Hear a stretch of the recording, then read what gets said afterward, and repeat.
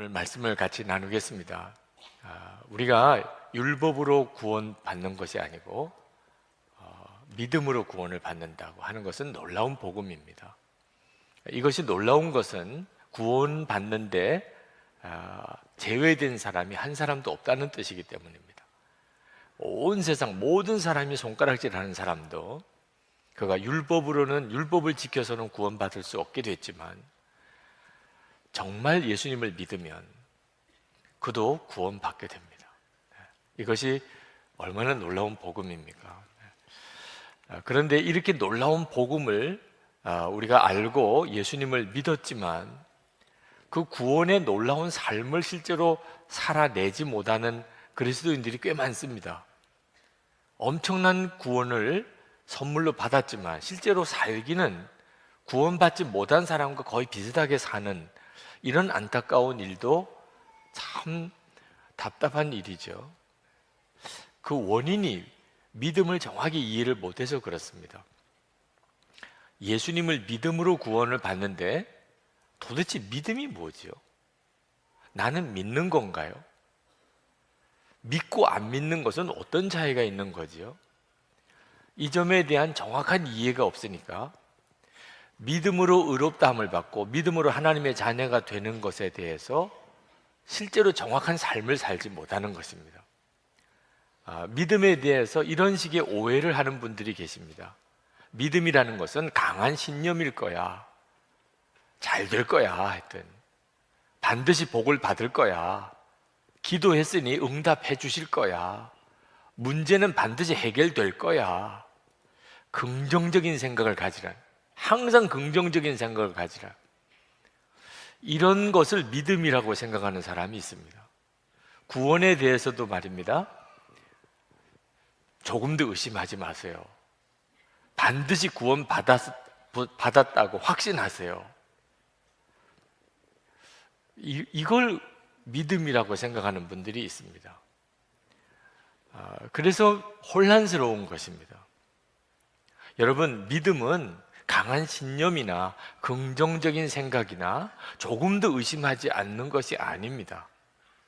믿음은 아주 쉽게 설명을 드리면 계속 하나님을 바라보는 것입니다. 하나님을 계속 바라보는 것. 그것이 믿음입니다. 그러면 여러분의 마음에 하나님이 약속하신 모든 것들이 확신으로 옵니다. 하나님을 바라보는 것이 열쇠입니다. 우리는 믿음을 믿는 것이 아닙니다. 우리는 예수님을 믿는 것입니다. 우리 교회에서 늘 24시간 예수님을 바라보시라는 것은 다른 식으로 표현하면 이제 예수님을 믿으시라는 겁니다. 요한복음 17장 3절에 영생은 곧 유일하신 참 하나님과 그가 보내신 자 예수 그리스도를 아는 것이니이다 그랬습니다. 이 영생 구원은 하나님과 예수님을 아는 것이래요. 근데 이 안다는 말은 우리가 유명한 정치인을 알고 유명한 연예인을 아는 것을 말하는 게 아닙니다. 여기서 안다는 것은 부부 관계처럼 그렇게 친밀하다는 것을 말하는 겁니다. 그러므로 우리가 하나님과 예수 그리스도를 안다는 말은 예수님과 부부 관계처럼 그렇게 친밀한 관계에 있다는 것을 말하는 겁니다.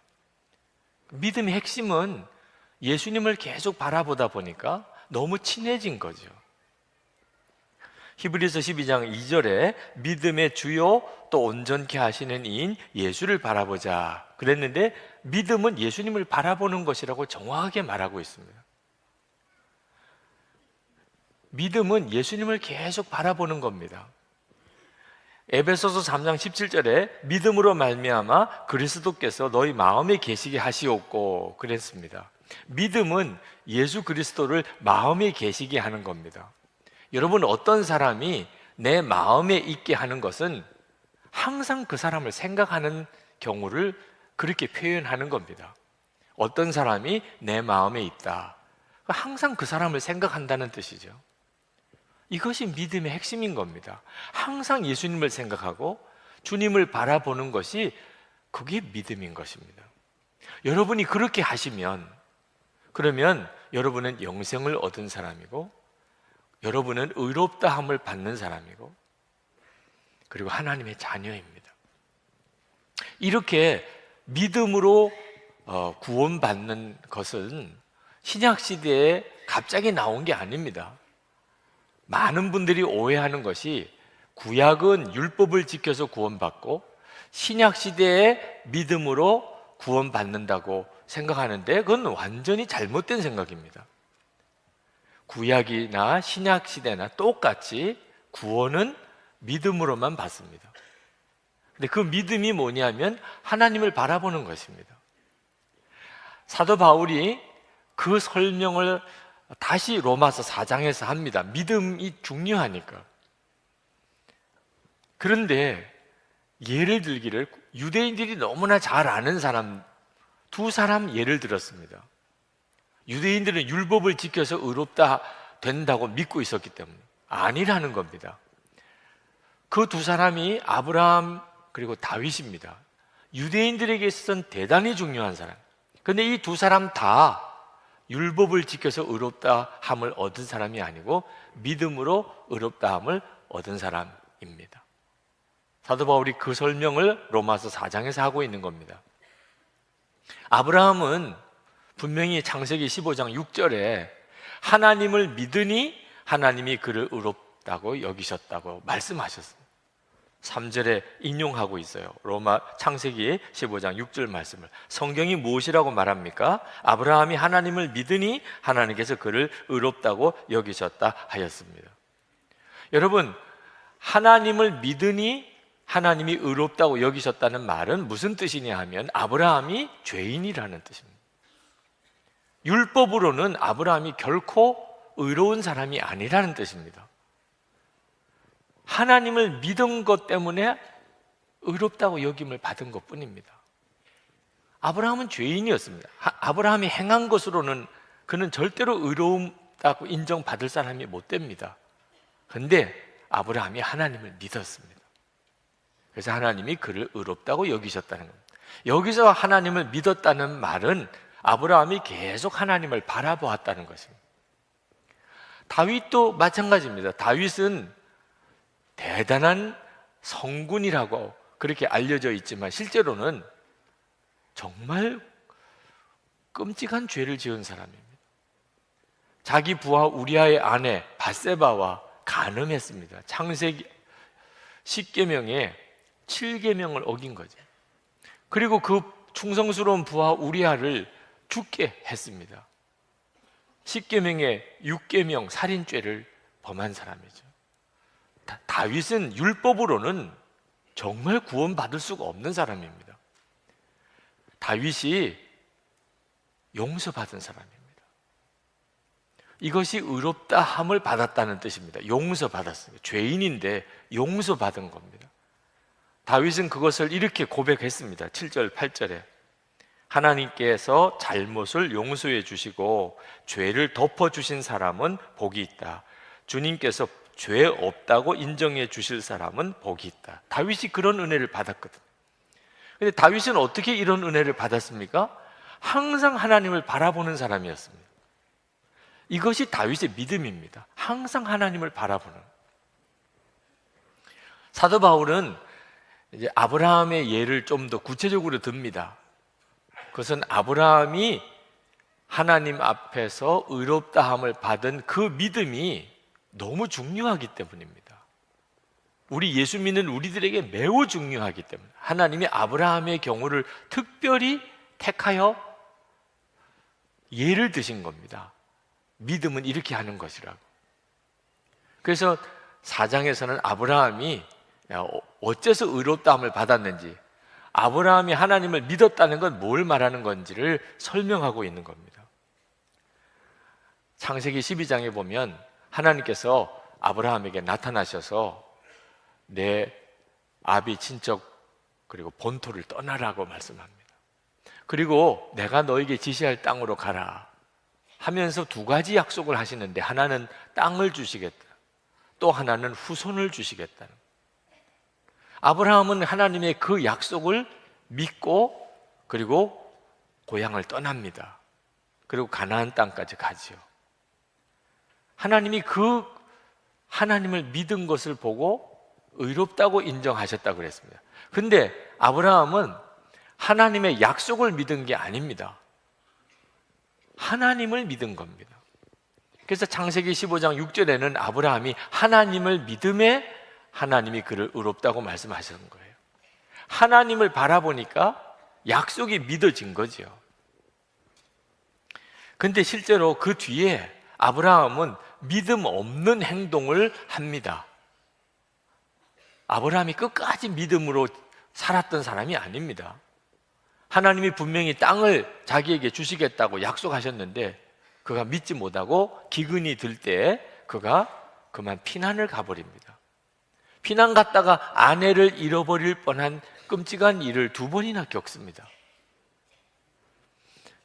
하나님이 분명히 아브라함에게 후손을 주시겠다고 약속하셨는데도 아브라함은 몸종 하갈을 통하여 이스마엘을 낳습니다. 지금도 그것 때문에 중동은 긴장과 갈등이 얼마나 큽니까? 아브라함이 그런 사람이었습니다. 분명히 아브라함이 하나님의 약속을 받았지만 하나님을 바라보지 않았을 때는 믿어지지 않았습니다. 그래서 아브라함이 믿음 없는 행동을 여러 번 한 거죠. 그런 아브라함에게 99세가 되던 때 하나님의 천사가 나타나십니다. 그리고는 아브라함에게 깜짝 놀랄 말씀을 하세요. 내년에 내 사라에게서 아들을 낳을 것이라. 아니, 아브라함은 내년이면 100세입니다. 사라는 이미 아기 낳을 수 있는 여자가 아닙니다. 이게 정말 황당한 말씀을 들은 거예요. 그런데 놀랍게도 아브라함이 그 약속을 믿습니다. 이건 정말 이상한 일입니다. 어떻게 그걸 믿을 수가 있습니까? 아브라함이 평소에 믿음이 굉장히 좋았던 사람이면 모르겠는데 우리가 이미 살펴본 대로 아브라함은 믿음 없는 행동을 여러 번 했습니다. 그런데 그날 아브라함이 그 약속을 믿었습니다. 사라는 못 믿었어요. 사라가 그 텐트, 옆 텐트에서 있었는데 다 들었습니다. 사라도. 근데 사라가 속으로 웃었다고 그랬습니다. 이 믿어지지 않는 이야기니까. 천사가 그걸 알았습니다. 그래서 천사가 내 아내가 웃는다고 이야기했습니다. 사라가 기겁을 했어요. 그리고는 안 웃었다고 막 거짓말을 합니다. 그때 천사가 너가 웃었다고 분명히 지적을 하십니다. 근데 참 이상한 것은 그 뒤에 천사가 사라를 무슨 특별히 더 책망하거나 그것 때문에 벌을 주시거나 그러지 않았다는 겁니다. 그 말은 천사가 사라가 웃은 것을 당연하다고 받아는 거죠. 웃을 일이에요. 웃을 일. 말도 안 되는 일이에요. 어떻게 이 사라가 또 아기를 낳을 수가 있냐 말입니다. 천사도 인정한 거예요. 그러니까 아브라함이 이상한 겁니다. 사라는 정상이에요. 지극히 정상이에요. 천사도 그렇게 인정해 준 정도입니다.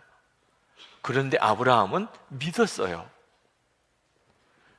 아브라함이 하나님이 100세의 아들을 주시겠다고 하신 말씀을 믿을 수 있었던 것은 하나님을 바라보았기 때문입니다.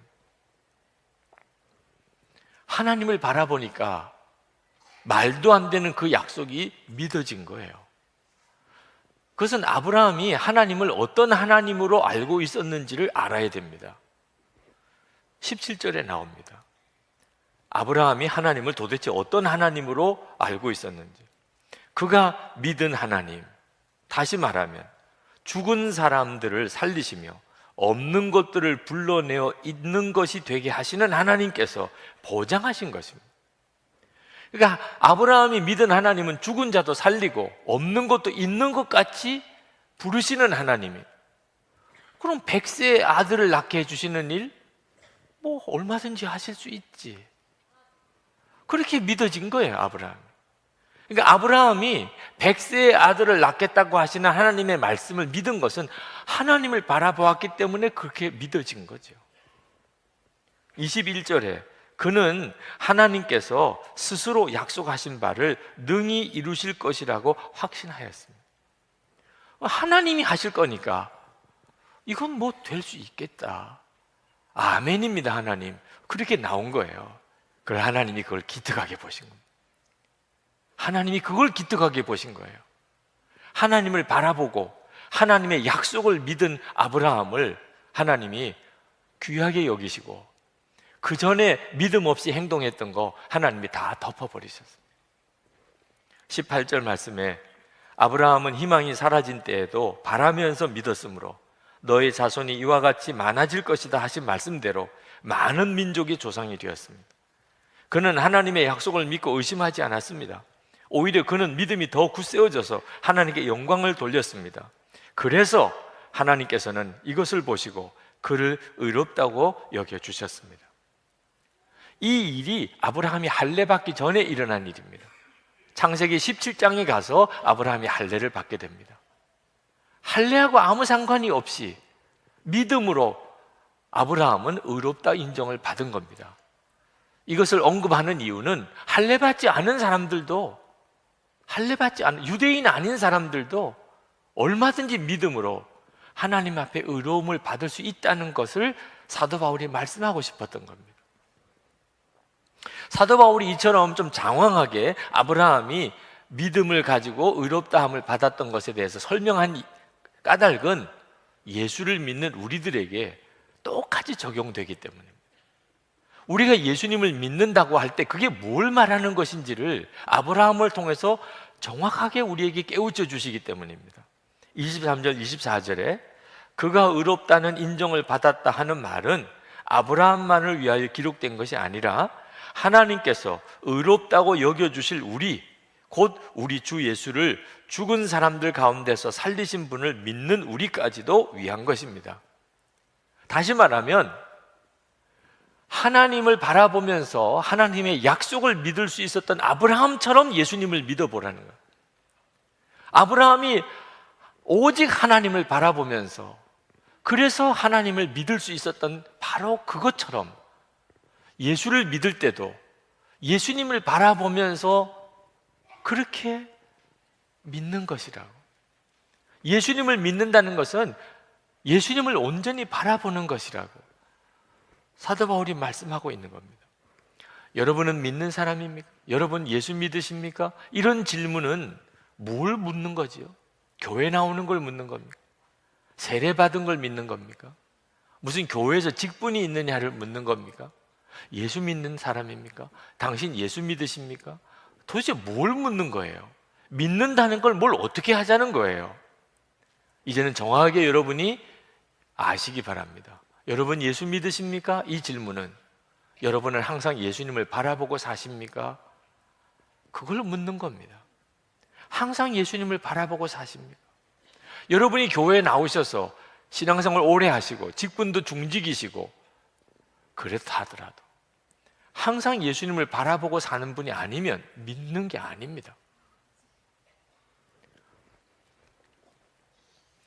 집에 가면 남편이 폭군과 같고 아이들은 정말 말을 듣지 않고 직장 가면 예수 안 믿는 직장 상사가 너무너무 괴롭게 하고 하여튼 사방에 너무 힘들고 어려운 일만 많고 절벽 앞에 서 있는 것 같은 그런 난감한 처지에 빠져 있는 사람이 있다고 합시다.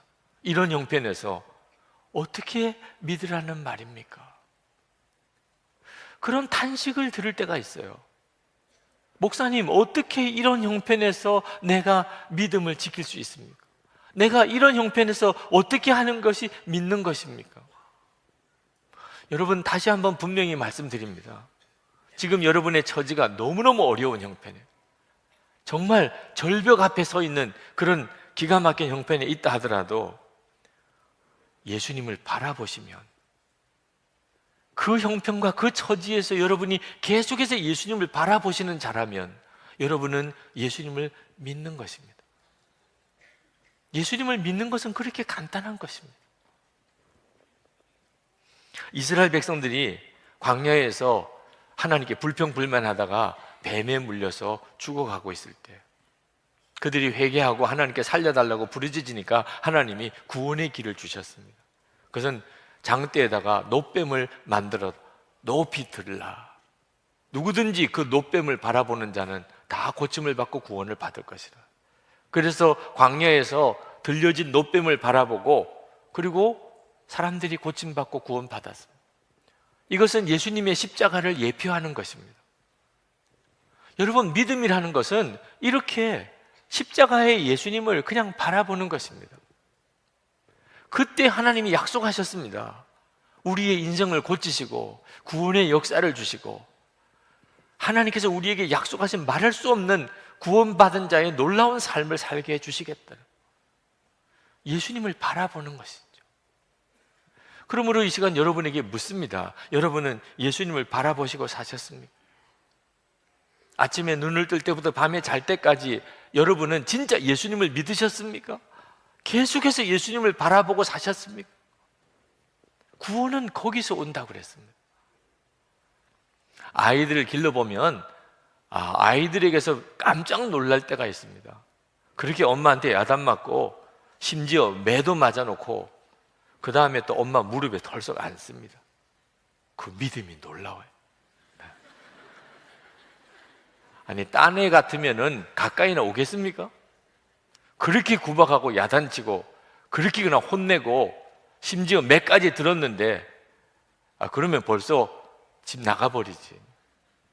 근데 그 다음에 또 얼마 지나지 않으면 그냥 엄마 무릎에 와서 덜썩 앉아요. 그게 참 놀라운 믿음이죠. 엄마는 나를 사랑한다, 엄마는 나를 위한다고 철석같이 믿는 겁니다. 이 아이들이 어떻게 그런 믿음을 가지게 된 거지요? 항상 엄마 바라보고 산 거 아닙니까? 여러분, 어릴 때는 엄마만 바라보고 사는 거 아니에요? 그러니까 엄마가 너무나 친밀하게 느껴지고 엄마는 내 모든 문제의 해결자이십니다. 여러분, 친어머니라도, 혈육상 친어머니라도 어릴 때 아이를 그렇게 늘 데리고 살지 않은 엄마는 아이를 만나면 아이가 어색해합니다. 내가 엄마야, 엄마한테 좀 와. 그러면 머리로는 엄마인 줄 아니까 다가는 옵니다. 엄마 안녕하세요, 엄마 사랑합니다. 그리고는 엄마 품에 이렇게 기대기는 하지만 힘은 안 기울어져요. 네. 여러분, 우리가 하나님을 정말 압니다. 예수님이 우리의 구주이신 것도 다 압니다. 근데 열쇠는 친밀함이에요. 친밀함에서 믿음이 나오는 겁니다.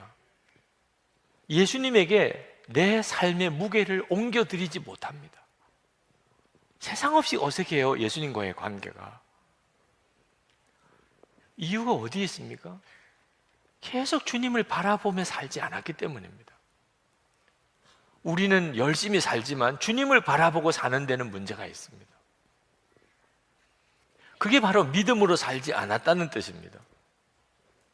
여러분이 정말 믿음으로 살기를 원하신다면 주님을 바라보는 것이 중요합니다. 거기서 주님과의 친밀함이 오는 거예요. 여러분이 인생을 살고 난 다음에 성공했는지 실패했는지는 하나님 앞에 가봐야 압니다. 아무리 세상에서 성공했다, 사람들이 다 높여보고 우러러보고 해도 하나님 앞에 갔는데 주님이 세상 없이 어색하신 관계, 그러면 그 사람은 실패자입니다. 주님을 만났는데 주님이 세상 없이 어색해요. 여러분, 주님 앞에 섰을 때 주님이 너무 친밀해요. 그는 인생을 성공한 사람입니다. 믿음으로 산 사람이에요. 여러분들이 24시간 주님을 바라보시라는 말씀을 절대로 흘려 듣지 마시기 바랍니다.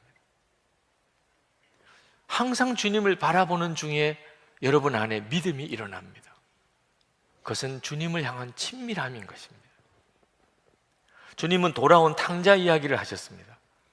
탕자가 아버지 재산을 다 허랑방탕하게 다 써버리고 완전히 거지가 돼서 아버지 집으로 돌아옵니다.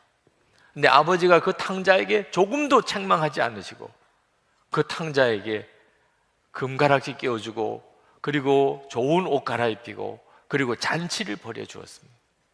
여러분, 이것이 하나님이 우리를 구원하시는 하나님의 뜻이고 계획입니다. 근데 이 탕자가 어떻게 이런 하나님의 축복을 받았습니까? 아버지 집에 돌아왔기 때문입니다. 그는 돼지 치는 그 비참한 처지에서 아버지는 좋으신 아버지였다는 기억을 합니다. 아버지는 좋으신 아버지였어요. 어릴 때 기억이. 그러나 아버지가 좋으신 아버지였다는 이 기억만으로 탕자의 인생이 바뀌어지지 않았습니다. 탕자는 아버지 집을 향하여 바라봅니다. 아버지 집이 저쪽 편에 있는데. 아직까지도 아닙니다. 그래서 인생이 바뀌어진 게 아닙니다. 탕자가 아버지 집을 향하여 걷기 시작합니다. 아버지 집을 향하여 걷기 시작해요. 물론 그 걸음이 얼마나 무거웠겠습니까만, 그래도 분명한 것은 탕자는 아버지 집을 향하여 걸어가기 시작했어요. 결국은 아버지 집에 왔습니다. 아버지 집에 문을 열고 들어왔어요. 그때 역사가 일어난. 여러분, 믿음은 그냥 생각만 하는 게 아닙니다. 예수님을 바라보고 예수님께로 자꾸 걸어가는 거예요.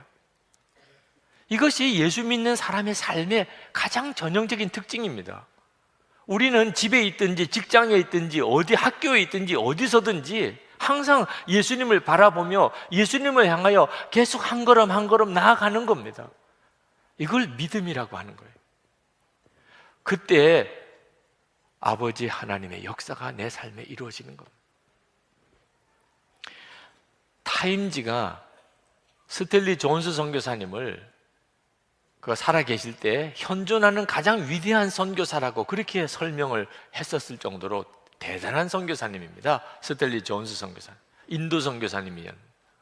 이 스탠리 존스 선교사님이 15살 때 어느 집회에서 그가 의지적으로 예수님을 영접합니다. 제가 예수님을 영접하겠습니다. 영접 기도를 한 거죠. 그러나 스탠리 존스 선교사님은 아직까지 예수님을 분명히 알지 못했습니다.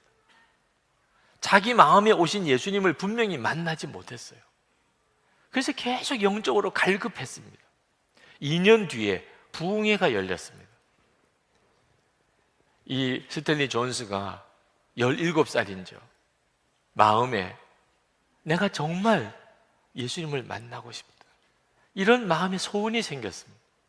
셋째 날 저녁 집회가 있는 교회를 향하여 가기 전에 스탠리 존스는 자기 방에서 하나님 앞에 무릎을 꿇었어요. 정말 가슴이 터질 것 같았어요. 기도는 아주 짧았습니다. 주 예수님, 저를 구원해 주세요. 정말 짧은 기도였지만 17년 교회 다녔지만 가장 신실한 기도, 가장 갈급한 기도를 드렸다 그랬습니다. 그리고는 일어나서 집회가 열리는 교회로 오는데 뛰어왔어요. 여러분, 교회로 오는데 뛰어오는 것은 이 보통 일이 아닙니다. 늦어서 뛰어오는 거 말고, 예배 시간에 늦어서 뛰어오는 거는 말고, 그것도 보통 일은 아니긴 합니다만 정말 그건 말고 일찍 가는데도 뛰어오게 되는 것, 그건 이미 그 속에 역사가 일어난 겁니다. 그 예배당 문을 열고 들어섰는데 그건 제일 앞자리에 나와 앉았습니다. 지금까지 그는 교회 와서 예배 드릴 때 한 번도 앞자리에 나와서 앉은 적이 없었는데 그날은 자기도 모르게 맨 앞자리에 나왔습니다. 목사님이 말씀을 전하고 그리고 하나님 앞에 결단하는 자를 부르는 초청을 할 때 그는 바로 그 앞에서 그 부름 앞에 뛰쳐나갔습니다. 그리고 강단 앞에 무릎을 꿇었습니다. 그때 천국이 자기 영혼 속에 들어왔다고 그가 자서전에서 그렇게 고백. 그날 자기가 강단 앞에 무릎을 꿇는 바로 그 순간에 천국이 자기 영혼에 들어왔다. 7가지 느낌을 그가 썼어요. 하나님께 용서받았다는 느낌이 강하게 들었다. 2번째, 본향, 바로 거기로 돌아왔다는 느낌을 받았다. 3번째, 삶의 목표와 방향이 분명해지면서 목적을 찾았다는 느낌이 들었다. 4번째, 혼자가 아니다, 늘 함께 하시는 분이 있다는 것을 알았다. 5번째, 어엿한 사람이 되었다는 느낌이 들었다. 6번째, 온전해졌다는 느낌이 들었다. 7번째, 은혜를 받았다는 느낌이 들었다. 이전에는 설명할 수 없었던 역사가 마음에 일어난 거죠. 주님이 오신 거예요. 어떻게 17살 스탠리 존스에게 주님이 오셨을까요? 사실 우리 모두에게 일어난 일입니다. 근데 스탠리 존스는 그 17살 때 믿음으로 반응한 거예요. 믿음은 아버지께로 가는 것입니다. 벌써 그는 교회 올 때부터 벌써 달랐어요. 탕자가 아버지 집으로 돌아오던 그대로예요. 여러분은 매주마다 교회를 오시지만 언제 한번 진짜 여러분의 마음의 중심이 주님께로 갈 수 있을까요? 오늘 여러분이 교회로 온 이 걸음이 여러분이 주님께로 향하여 가는 걸음이 되었기를 축복합니다. 그렇게 해보세요. 여러분, 어느 기도 자리, 집에 있는 기도 자리여도 좋습니다. 길을 가다가 그냥 옆에 있는 예배당에 들어가서 기도하는 것도 좋아요. 분명한 것은 주 예수님께로 한 걸음 한 걸음 계속 가는 겁니다. 주님을 바라보고, 이걸 믿음이라고 말하는 거예요. 17살이면 사춘기 시절 아닙니까? 여러분 17살 시절에 자녀들을 다 경험하잖아요. 그런데 스텔리 존슨은 그 격동의 사춘기 시절에 그는 예수 그리스도를 만나는 엄청난 사건을 경험합니다. 친구가 있었어요. 레스라고 하는 친구. 부흥의 그날 자기가 하나님 앞에 결단의 기도를 하러 나갈 때, 그때 옆에 앉은 레스라는 친구가 있었어요. 레스 같이 나가자. 그때 그 친구가, 아니야, 나는 아직까지 인생에 대해서 더 알고 싶은 게 많아. 왜 하나님께 나가면 인생에 대해서 알고 싶은 걸 모르게 된다고 생각하는지 참 궁금하지만 나는 아직도 아니야. 그리고 헤어진 것이 30년. 30년 만에 만난 레스라는 친구는 도박에 빠져 있었습니다. 여러분, 이 레스라고 하는 이 친구는 17살 때 그는 교회에 다니는 아이였습니다. 그도 부흥회에 참석했습니다. 그걸 어떻게 믿음이 없었다고 말할 수 있겠어요? 우리식의 기준으로 말하면. 그러나 그 레스라고 하는 이 사람은 주님께로 나아감이 없었습니다. 정말 주님을 바라봄이 없었던 거예요. 그러니 하나님께서 그 사람에게는 스텔리 존스에게 허락하셨던 그 놀라운 삶을 허락하실 수가 없었던 것입니다.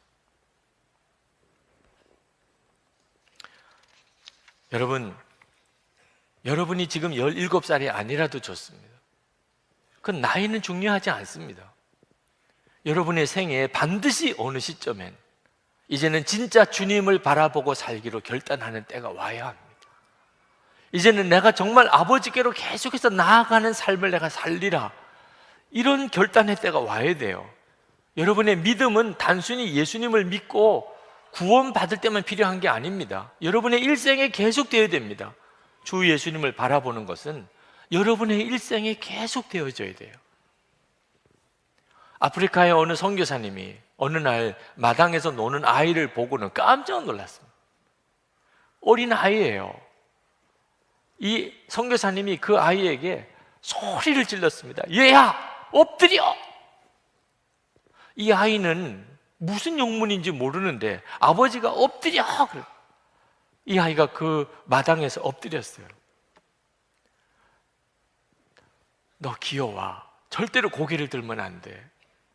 이 아이가 그 마당에 엎드려서 기어옵니다. 얼만큼 오니까 일어나서 이젠 뛰어와. 이 아이가 일어나서 아버지에게로 뛰어와서 아버지 품에 안겼어요. 그리고 돌아봤습니다. 마당에 있는 나무에 5m가 넘는 큰 뱀이 혀를 낼름거리면서 이 아이를 향하여 이렇게 축 처져 내려오고 있는 거예요. 만약에 이 아이가 아버지가 엎드려 그러면 엎드리고 기어오라 그러면 기어오는 이런 아이가 아니었다면 정말 어떤 끔찍한 일이 벌어졌을까 생각해도 아찔하죠. 여러분, 그런데 이 일이 영적으로는 우리가 날마다 겪고 있는 일입니다. 여러분, 계속해서 예수님을 바라보는 삶이 반드시 필요합니다.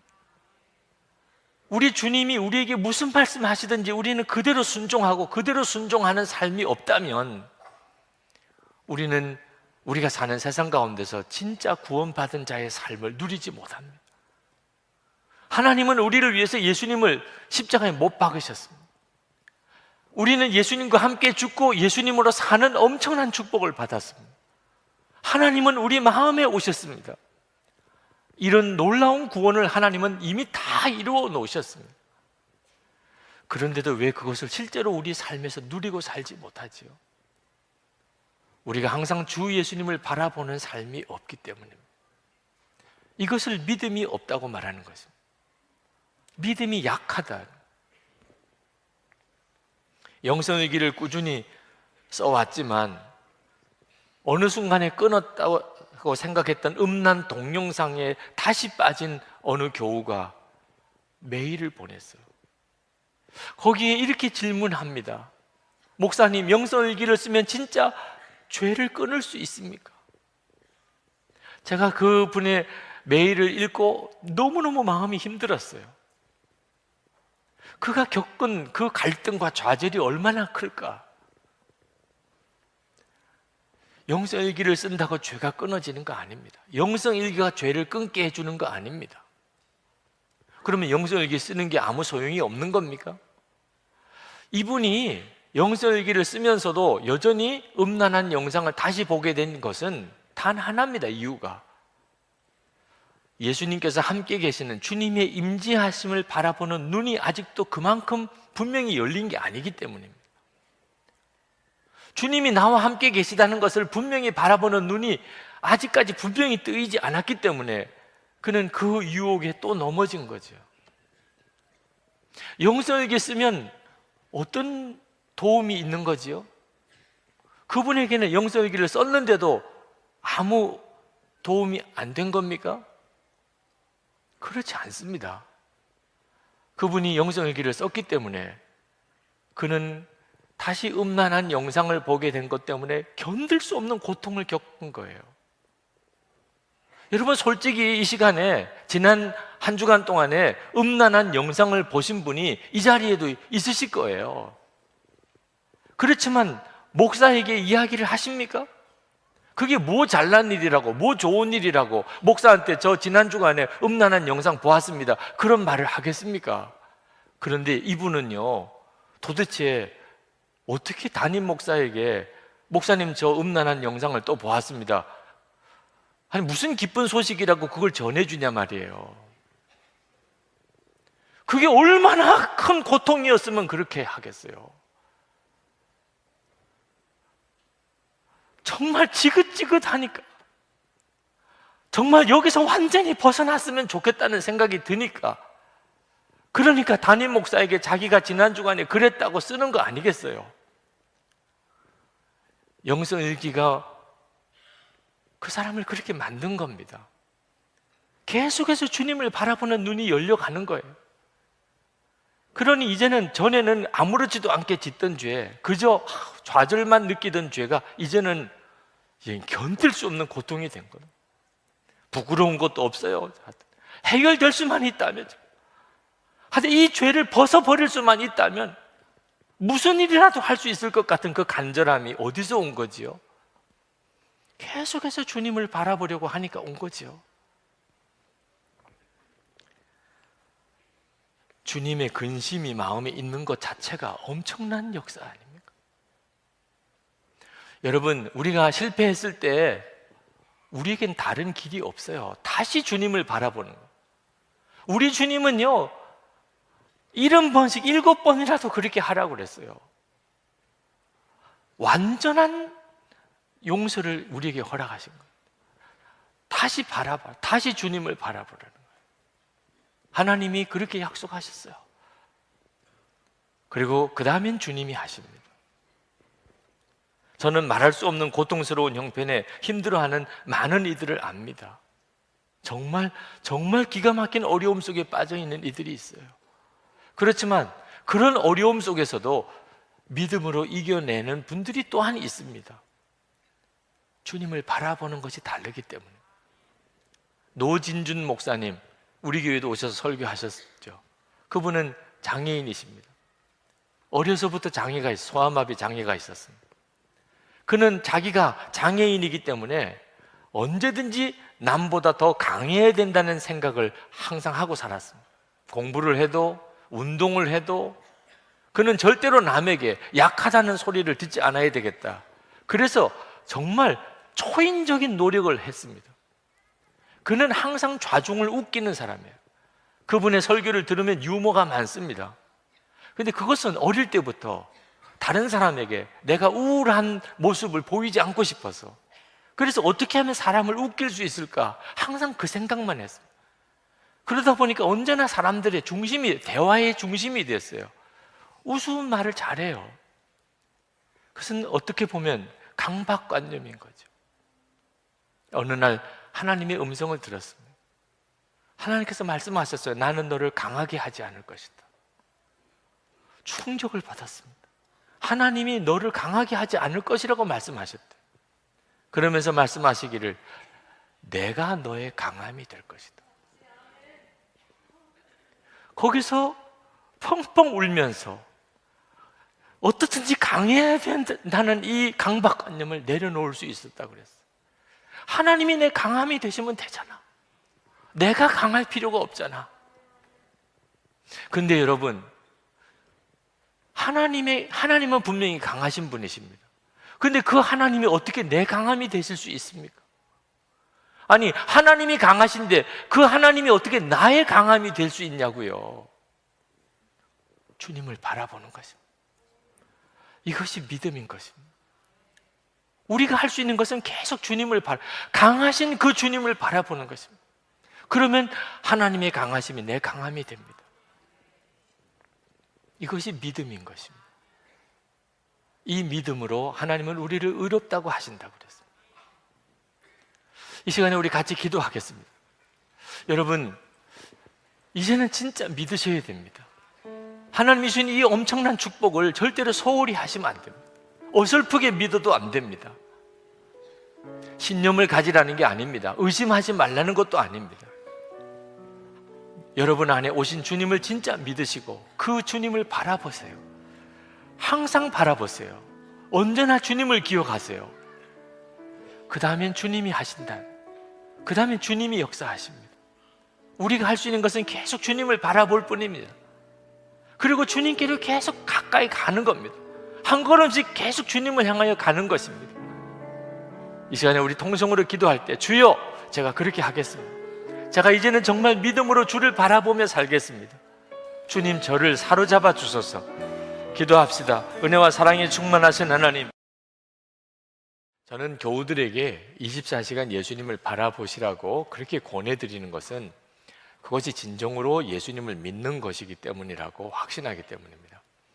우리가 예수님을 믿는다는 것은 우리를 의롭다고 하신 주 예수님, 십자가에서 우리를 위해 보배 같은 피 흘려주신 주님, 그러나 우리 가운데 지금도 살아계시는 주님, 그 예수님을 계속 바라보며 사는 것입니다.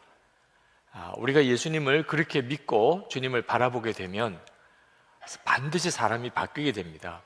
삶이 변화되게 됩니다. 그 예수님을 바라보면서 변화되는 삶의 여러 특징 중에 하나가 자랑거리가 달라지게 된다는 겁니다.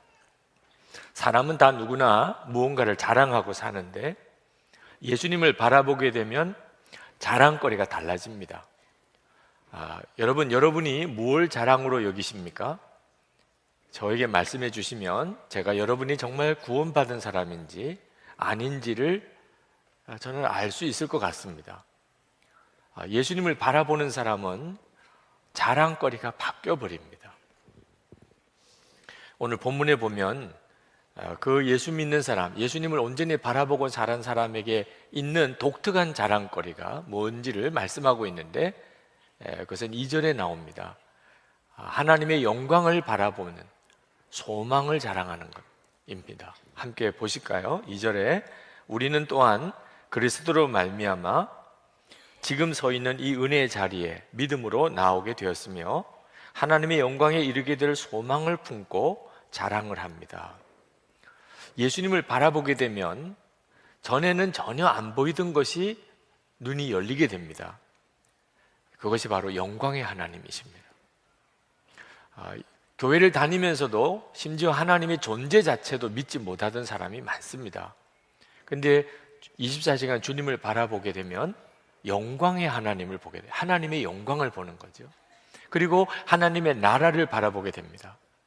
이 세상이 전부가 아니고 하나님의 나라가 있음을 보게 돼요. 그렇게 되면서 사람이 확 바뀌어 버립니다. 전에는 세상 것을 자랑하고 살았는데 이제는 하나님의 영광에 이르게 될 소망을 자랑하게 됩니다. 그거밖에 자랑할 게 없습니다.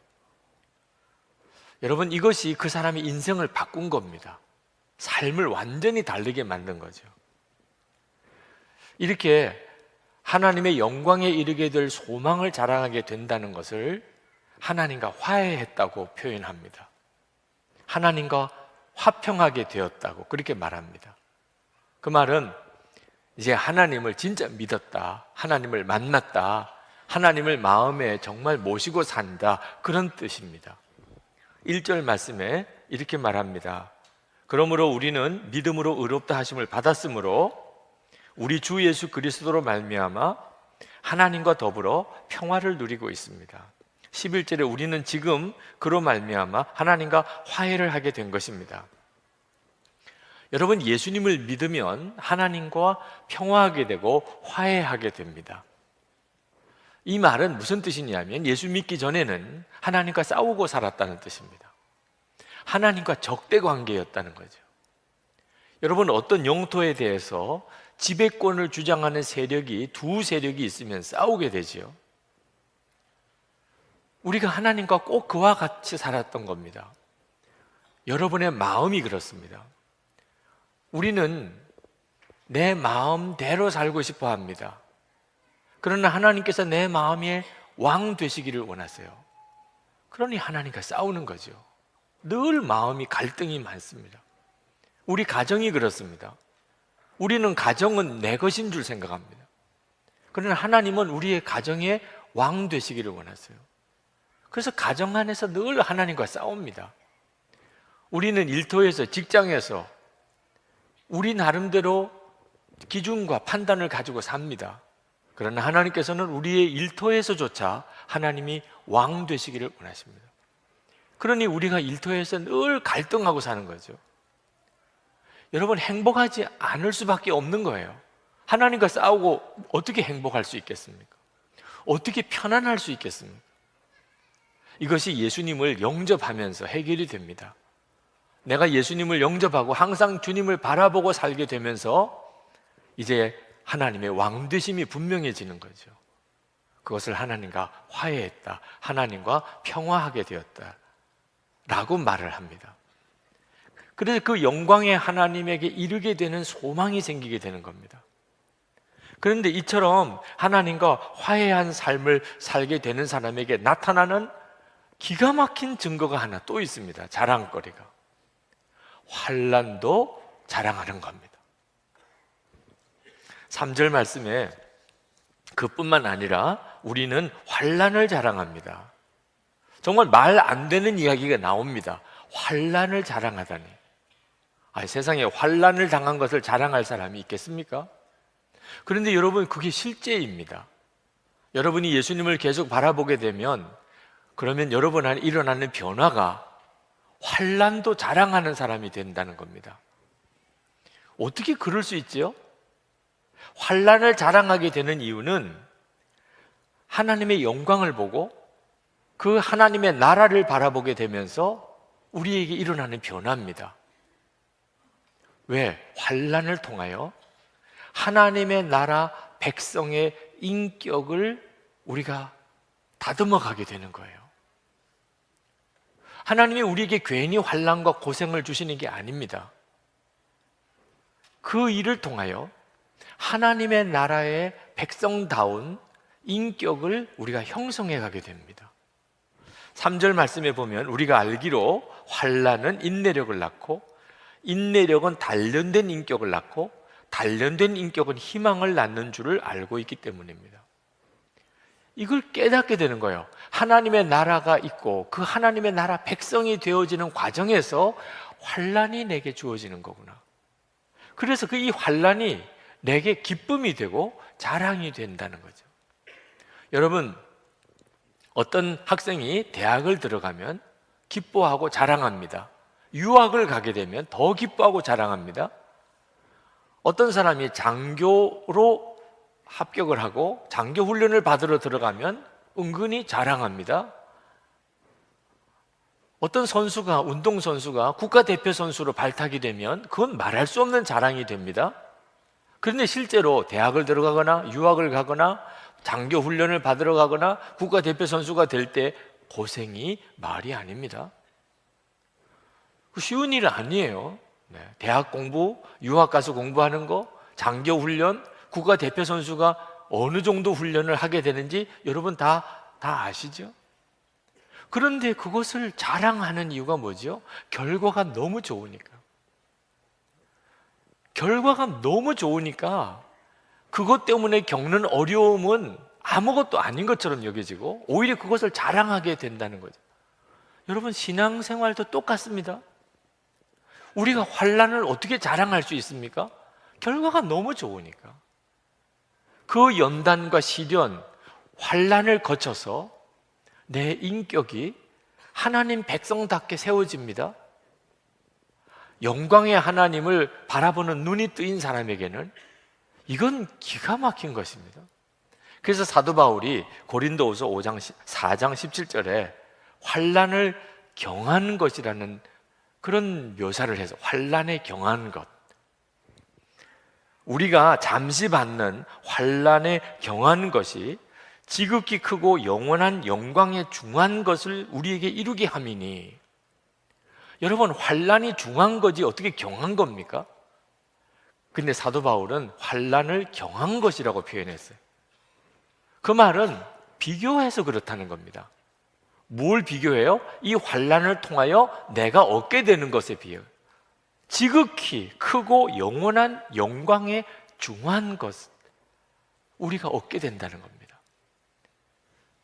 여러분, 기가 막히잖아요. 하나님의 영광을 바라보지 못한 사람에게는 이해가 안 되는 일입니다. 그러나 하나님의 그 영광을 바라보는 눈이 뜨이고 나면 하나님이 계시고 그 영광을 알게 되고 하나님의 나라를 알게 되고 이제 내가 그 하나님의 나라의 백성이 되어 가는 것을 내가 알게 되는 순간에 환난이 전혀 달리 보여요. 여러 가지 시험을 당해도 오히려 기뻐요. 왜? 그것으로 인해 내가 변화되어 가니까. 그래서 야고보 사도가 야고보 1장 2절 3절에서 너희가 여러 가지 시험을 만나거든 온전히 기쁘게 여기라. 이는 너희의 믿음의 시련이 인내를 만들어내는 줄 알미라. 사도들은 한결같이 다 그렇게 알았어요. 그들은 환난을 만나도 시련을 만나도 고통을 당해도 오히려 그것으로 인해서 기뻐하고 오히려 자랑거리로 삼았어요.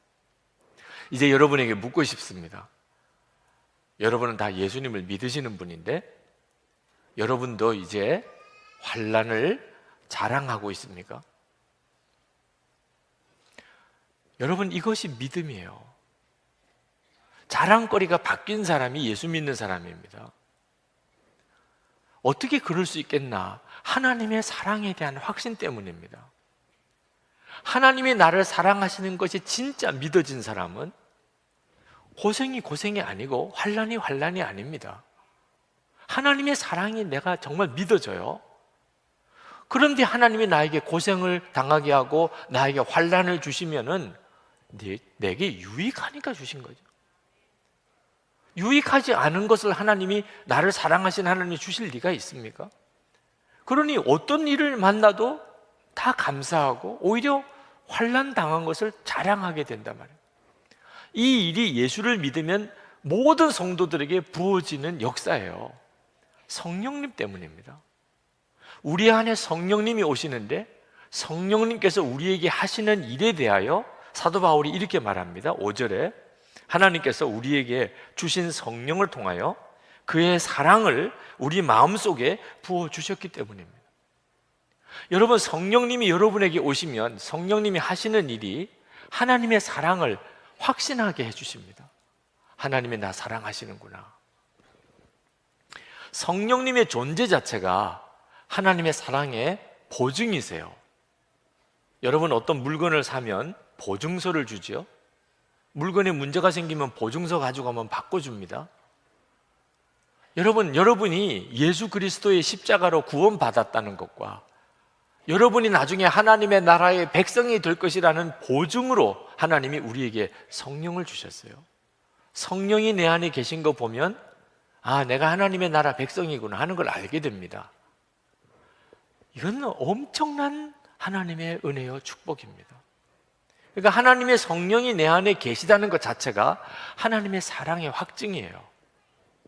여러분이 이 사실을 깨닫고 나면 그러면 세상의 어떤 일도 더 이상 두렵지 않고 염려가 안 됩니다. 저는 이 부분에서 여러분에게 다시 묻고 싶은 것이 있습니다.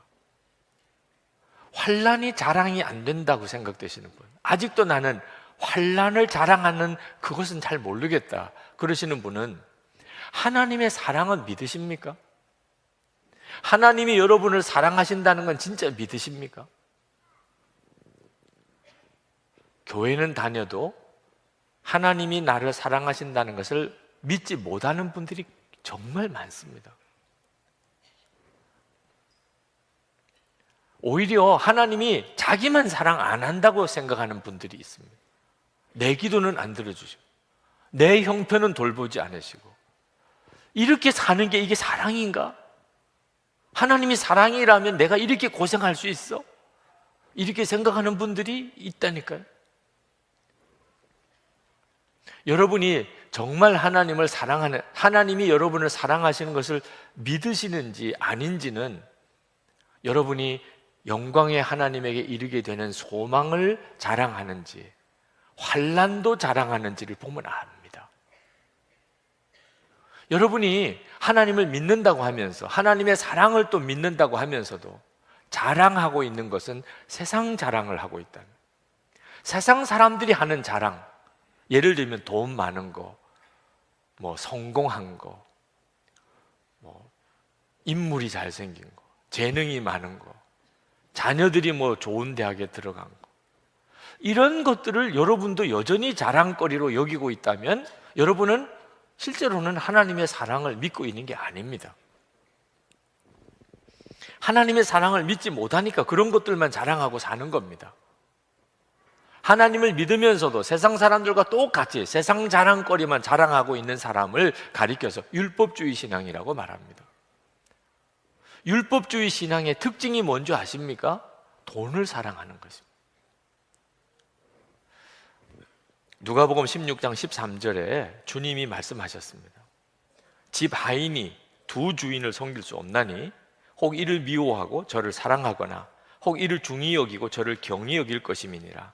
너희는 하나님과 재물을 겸하여 섬길 수 없느니라. 이렇게 말씀하셨을 때 바리새인들이 그 말을 듣고 비웃었다고 그랬습니다. 그러면서 왜 그랬는지를 성경이 말하기를 바리새인들은 돈을 좋아하는 자들이라 이렇게 말을 했습니다.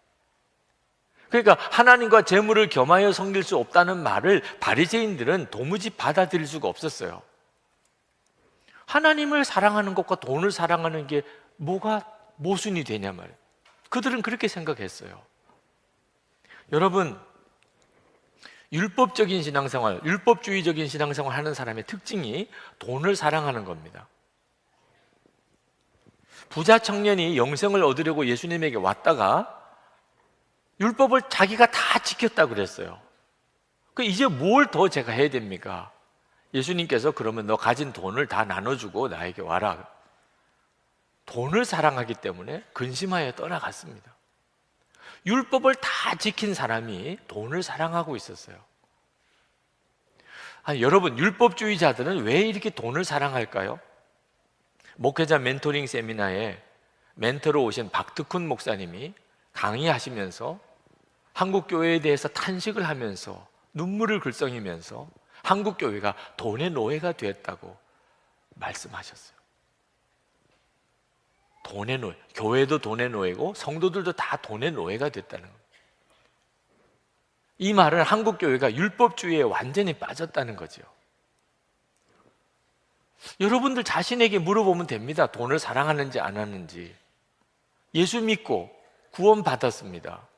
그런데도 여전히 돈을 사랑하고 있어요. 율법주의 신앙생활을 하고 있는 거예요.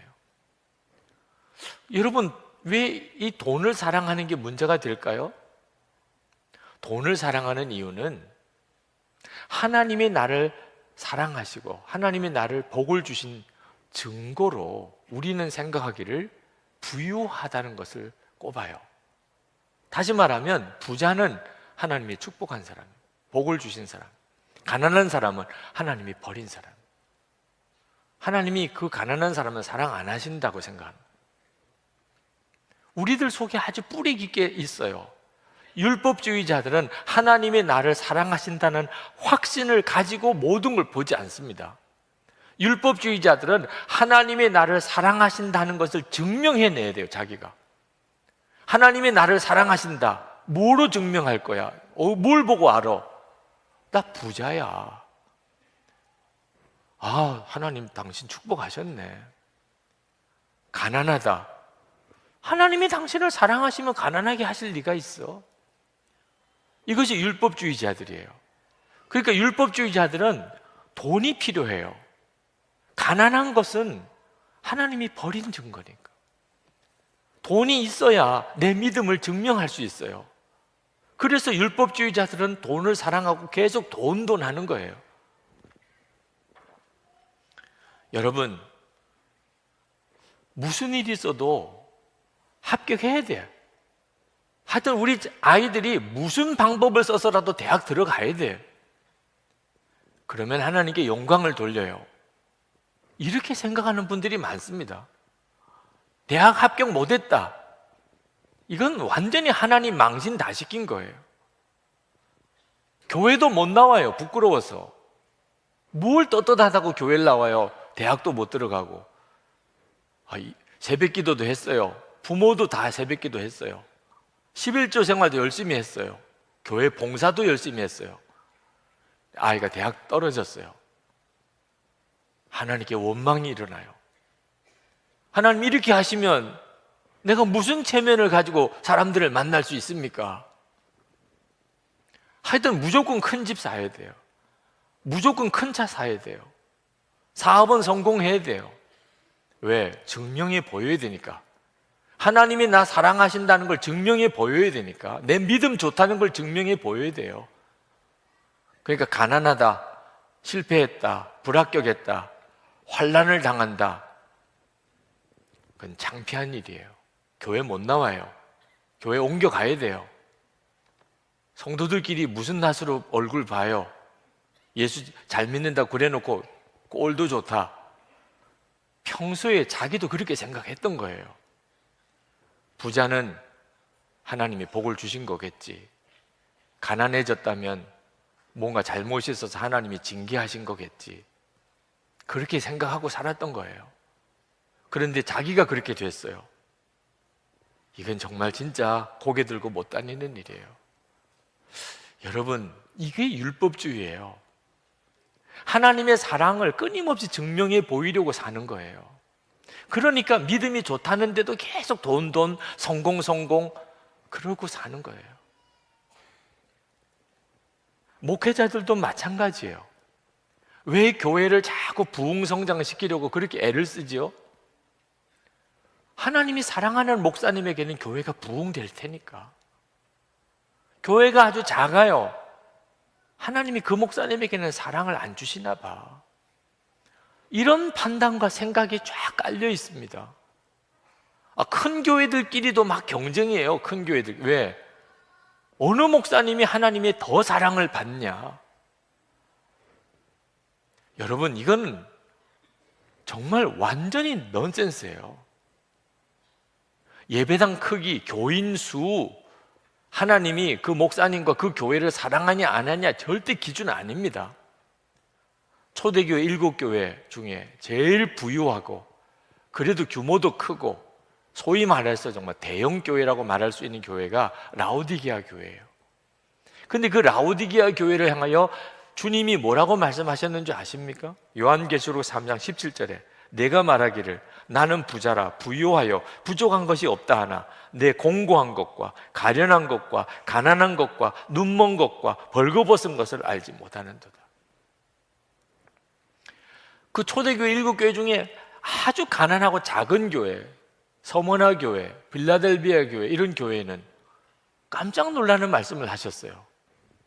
요한계시록 2장 9절에 서머나 교회에게 하신 말씀입니다. 내가 내 환난과 궁핍을 알거니와 실상은 내가 부유한 자니라. 요한계시록 3장 8절 빌라델비아 교회에게 내가 내 행위를 아노니 내가 작은 능력을 가지고서도 내 말을 지키며 내 이름을 배반하지 아니하였도다.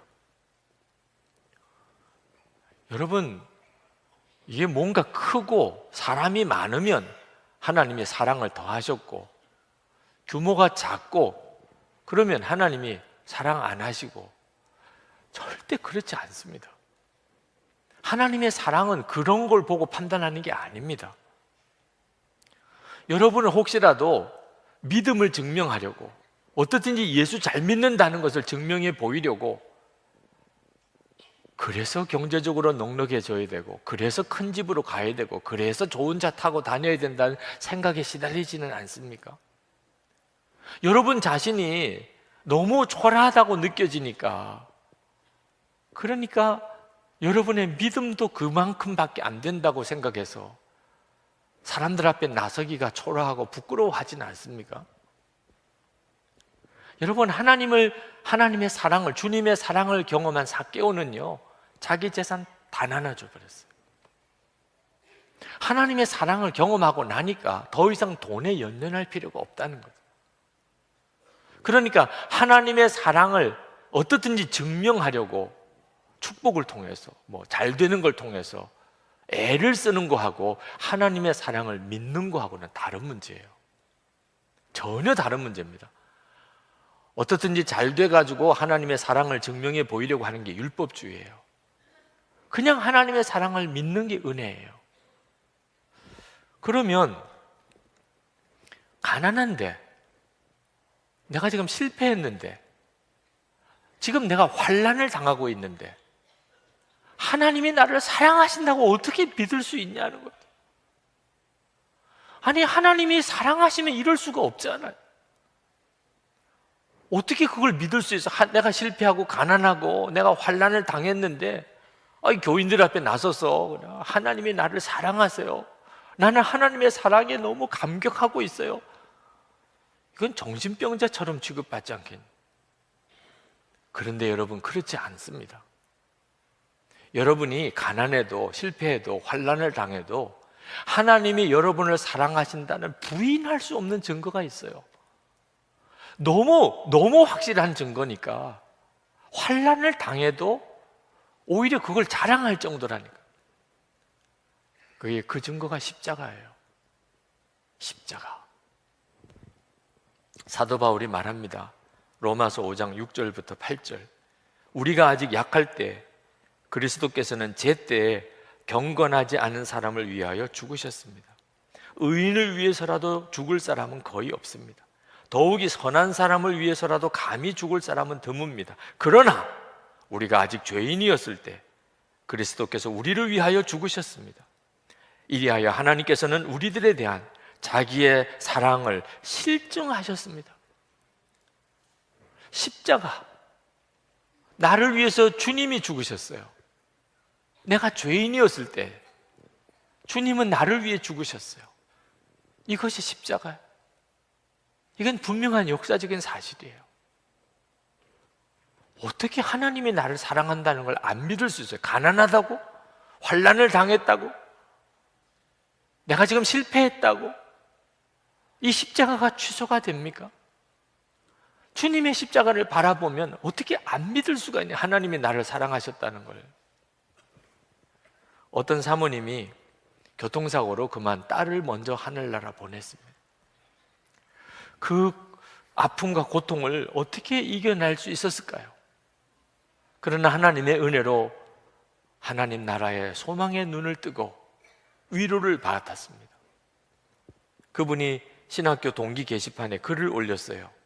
내 딸 아이를 보내면서 하나님의 나라에 대한 소망의 눈을 열어주신 하나님께 감사한다.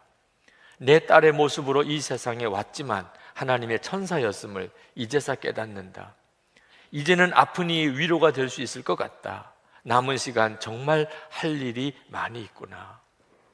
딸을 교통사고로 잃었지만 하나님의 나라의 소망의 위로를 가지고 그 슬픔 중에서도 감사하는 이 사모님, 그리고 오히려 이제 다른 사람의 아픔을 위로할 수 있게 됐다고 그렇게 고백하시는 그 사모님에게 그 동기들이 다 정말 박수를 보냈어요. 이건 진짜 하나님의 역사구나. 그때 캐나다에서 목회하는 같은 동기 목사님 한 분이 거기에 댓글을 달았습니다. 그 목사님도 사랑하는 딸을 먼저 하나님 앞에 보낸 일이 있어요. 너의 글을 읽고 나의 마음이 왜 이리도 찢기웠던지 남몰래 흐르는 너의 눈물이 나의 심장 속에 고인 듯 하였다. 나에게도 그 일이 있고 난 뒤 1년 반 뒤쯤인 듯 하다. 새벽 기도 시간에 갑자기 죽은 딸이 생각나서 한없이 울어보았다. 그날은 종일 울었고 그 주간은 매일 울었었다. 그날 하나님은 나에게 이렇게 물으셨단다. 승호야, 괴롭지? 잊혀지지 않지? 네, 하나님, 이제 내 마음을 알겠니? 무슨 뜻입니까, 주님? 나도 십자가에서 나의 사랑하는 아들을 잃었단다. 여러분, 십자가는 사실 엄청난 것이에요. 우리는 성령의 도우심으로 십자가에서 하나님의 사랑을 압니다. 그러고 난 다음에 세상은 완전히 다르게 보이는 거예요. 하나님은 나를 사랑하시는 게 맞아요. 그러면 이 고통이 뭐지요? 이 환난은 뭔가요? 나에게 유익한 것이에요. 그러면서 실제로 겪어보니까 그 고통과 환난을 통하여 내 인격이 연단을 받아요. 하나님의 백성답게 바뀌어져 가고 있었던 거예요. 그래서 환난이 자랑거리가 된 거예요. 나는 자랑할 게 환난밖에 없다고.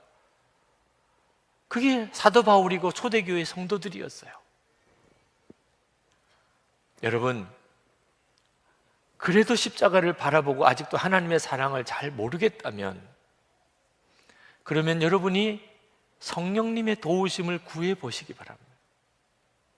여러분이 십자가를 보면서 하나님의 사랑을 느끼게 되는 것은 전적으로 성령님의 역사입니다. 성령님이 그렇게 해주시는 거예요.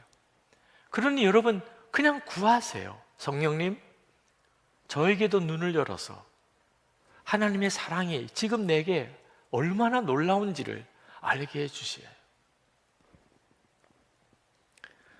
그러나 여러분 꼭 한 가지 알아야 될 것은 성령님께서 역사하시겠는데 성령님은 하나님의 사랑이 얼마나 큰지를, 여러분을 향한 사랑이 얼마나 큰지를 깨닫게 하시면서 먼저 하시는 일이 있습니다. 그래서 여러분이 얼마나 죄인인지를 깨닫게 하시는 일입니다. 여러분이 얼마나 죄인인지를 알지 못하고서는 하나님의 사랑을 결코 알 수가 없어요. 여러분이 하나님의 진노 아래 있었던 사람이에요. 하나님과 원수된 자였다는 사실을 정말 깨닫지 못하는 사람은, 그런 여러분을 위해 예수님이 십자가를 지시고 하나님의 독생자를 보내신 것을 전혀 이해할 수가 없어요. 그것이 얼마나 놀라운 사랑인가를 결코 알 수가 없습니다. 9절 말씀을 보세요. 그러므로 지금 우리가 그리스도의 피로 의롭게 되었으니 그리스도로 말미암아 하나님의 진노에서 구원을 얻으리라는 것은 더욱 확실합니다. 하나님의 진노 아래 있었어요. 우리는 이것을 먼저 깨닫게 하시고, 그리고 하나님의 사랑의 눈이 열리는 겁니다. 제가 어느 교회 부흥회를 갔을 때 마지막 저녁 집회 때 80이 넘으신 어느 권사님 한 분이 간증을 하시겠다고 하셨어요. 그래서 설교 전에 간증을 하러 나오셨어요. 저는 이분이 무슨 간증을 이렇게 하실 것이 있으신가 궁금했었습니다. 근데 간증을 듣고는 놀랐어요. 그분이 자기를 소개하기를 난파 간첩이었다는 거예요. 그리고 그가 투옥이 돼서 20년 옥살이를 했습니다. 그리고 가출옥을 받고 예수를 믿게 됐어요. 그리고 지금은 이제 권사, 80이 되신 넘으신 권사님이세요. 자기는 그동안 자기 모든 죄를 다 용서받고 구원받았다고 생각하고 살아왔었는데 이번 부흥회를 참석하고 예수님을 바라보라고 하셔서 주님을 바라보면서 내가 그동안 용서받고 구원받았다고 하는 것이 다 가짜였음을 알았다는 거예요. 자기는 공산당이 되고 간첩이 되고 그리고 간첩의 훈련을 받고 그리고 난파되었는데 목적을 이루기 위해서는 수단 방법을 가리지 않았어요. 무슨 짓이든지 다 했습니다. 사람들이 경계심을 풀기 위해서 여자아이 하나를 데리고 난파됐습니다. 엄마와 딸처럼.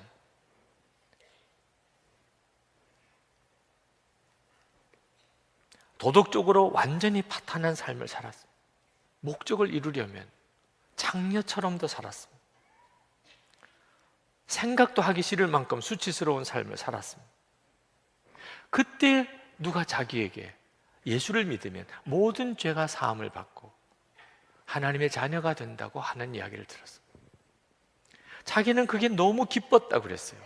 생각하기도 싫은 죄가 다 용서받는다니. 자기는 그래서 얼른 예수를 믿었다고 그랬습니다. 그러나 자기가 죄를 숨겨둔 것이지 진짜 사함 받은 것이 아님을 알았다는 거예요. 부흥회 중에 예수님을 바라보면서 자기가 예수님을 믿을 때 자신이 어떤 죄를 지었는지, 어떤 죄에서 용서받았는지 진정한 회개가 없었다는 사실을 깨달았다는 거예요. 그냥 예수만 믿으면 다 용서받는다니까 자기는 그냥 그렇게 믿었다는 거예요. 자기는 진정으로 회개를 해본 적이 없었다. 그래서 용서받았다고 믿었지만 십자가에 대한 감격이 자기는 없었대. 용서와 구원이라는 말이 타성처럼 여겨져 버렸대. 자기는 왜 오래 믿으면 오히려 믿음이 성장하는 게 아닌지 자기는 이유를 알 수가 없었대요.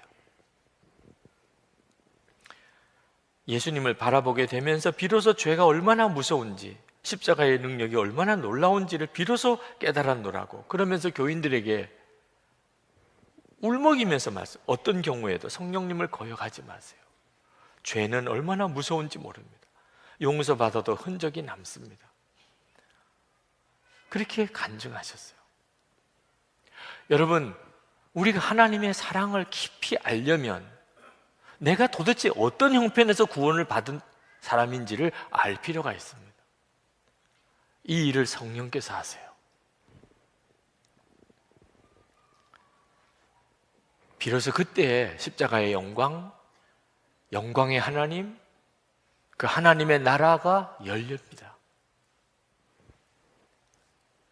그리고 죄인이었을 때도 나를 그렇게 사랑하신 하나님, 독생자까지 주신 하나님, 이제 하나님과 화해하고 난 다음에 지금 나를 향하여 얼마나 더 사랑하시겠느냐.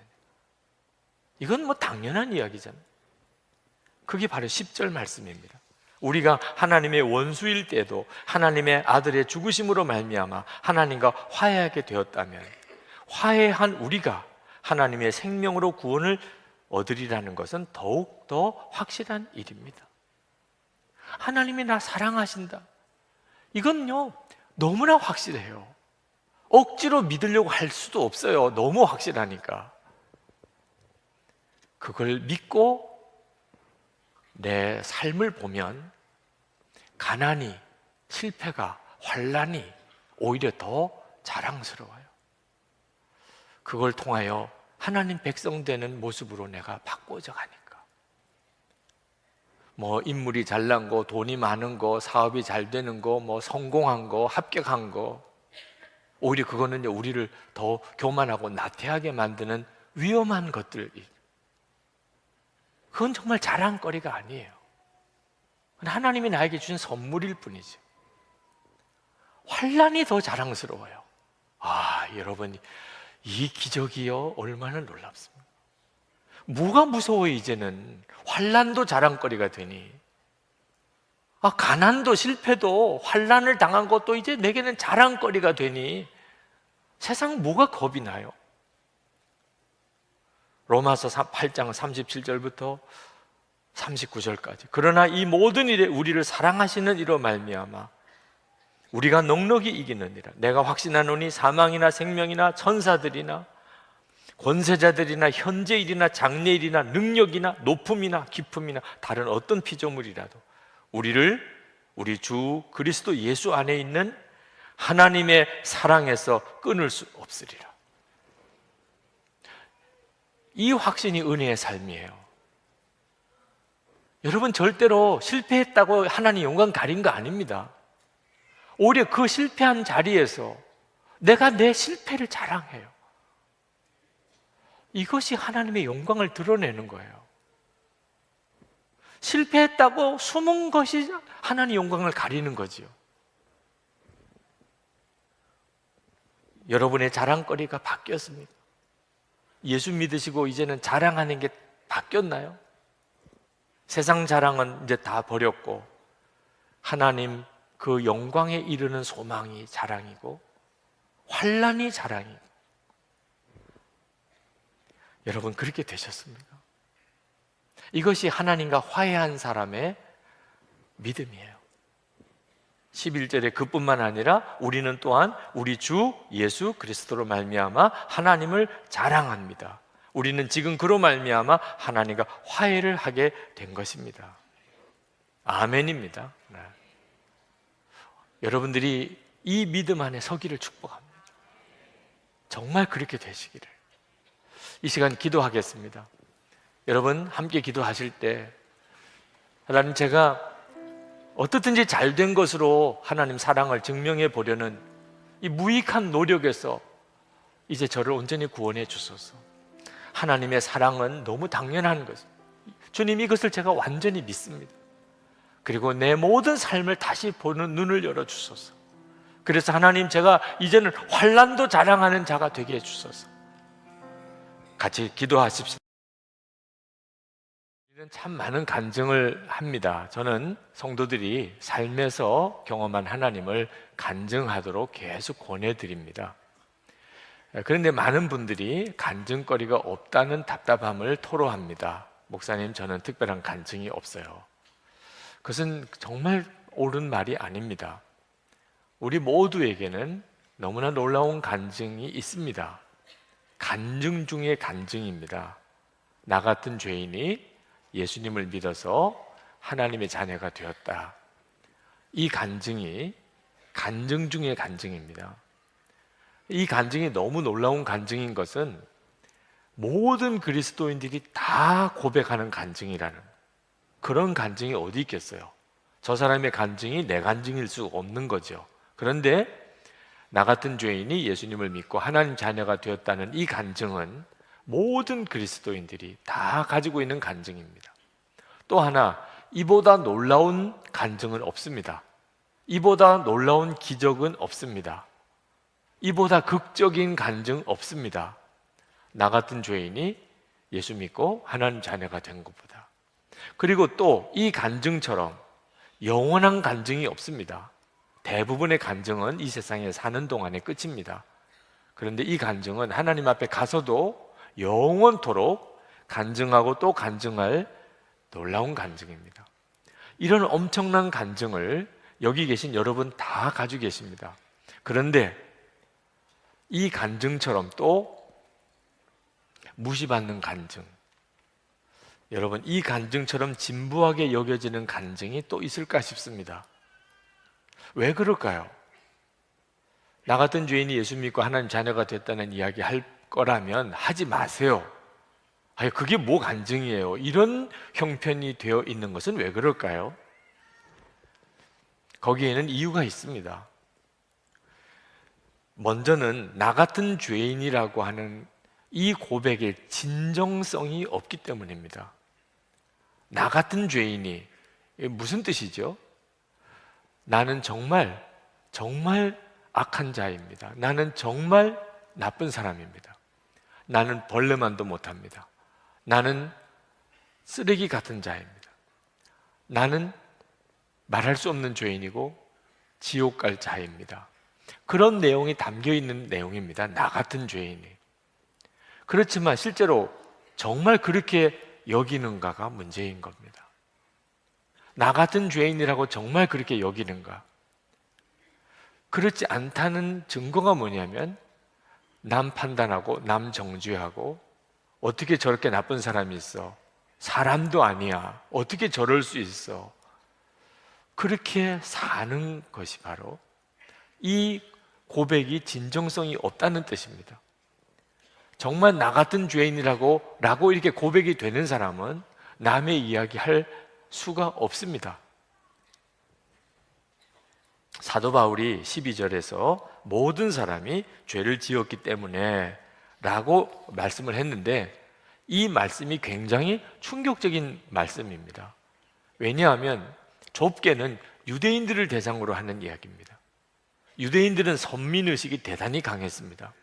하나님의 특별히 택한 백성, 하나님이 자기들에게 율법을 주셨고 자기들은 율법대로 산다고 생각하면서 이방인들과 자기들은 질적으로 다르다고 생각했습니다. 그러나 사도 바울은 유대인들도 똑같은 죄인이라고 말하는 겁니다. 여러분, 현대 교회에 이런 유대인 바리새인들이 있습니다. 지금도 교회 안에 그런 이들이 있습니다. 교양도 있고 또 나름대로 수준도 있고 또 경건하고 그 뭐 나쁘겠어요. 그러나 자기가 그렇다고 생각하면서 다른 사람을 무시하고 다른 사람을 정죄하고 다른 사람을 판단한다면 그 사람은 나 같은 죄인이라고 고백할 수 없는 사람입니다. 여러분, 우리 안에 무서운 죄성이 있다는 것을 깨달으셔야 돼요. 괴물이 들어있는 겁니다, 우리 안에. 아담이 선악과 따먹었을 때 이 죄성이 우리 안에 들어왔는데 우리 생명 속에 박혀버렸습니다. 그래서 우리 속에 무서운 죄의 괴물이 들어앉아서 우리를 지배하고 있어요. 그래서 죽음이 온 겁니다, 우리에게.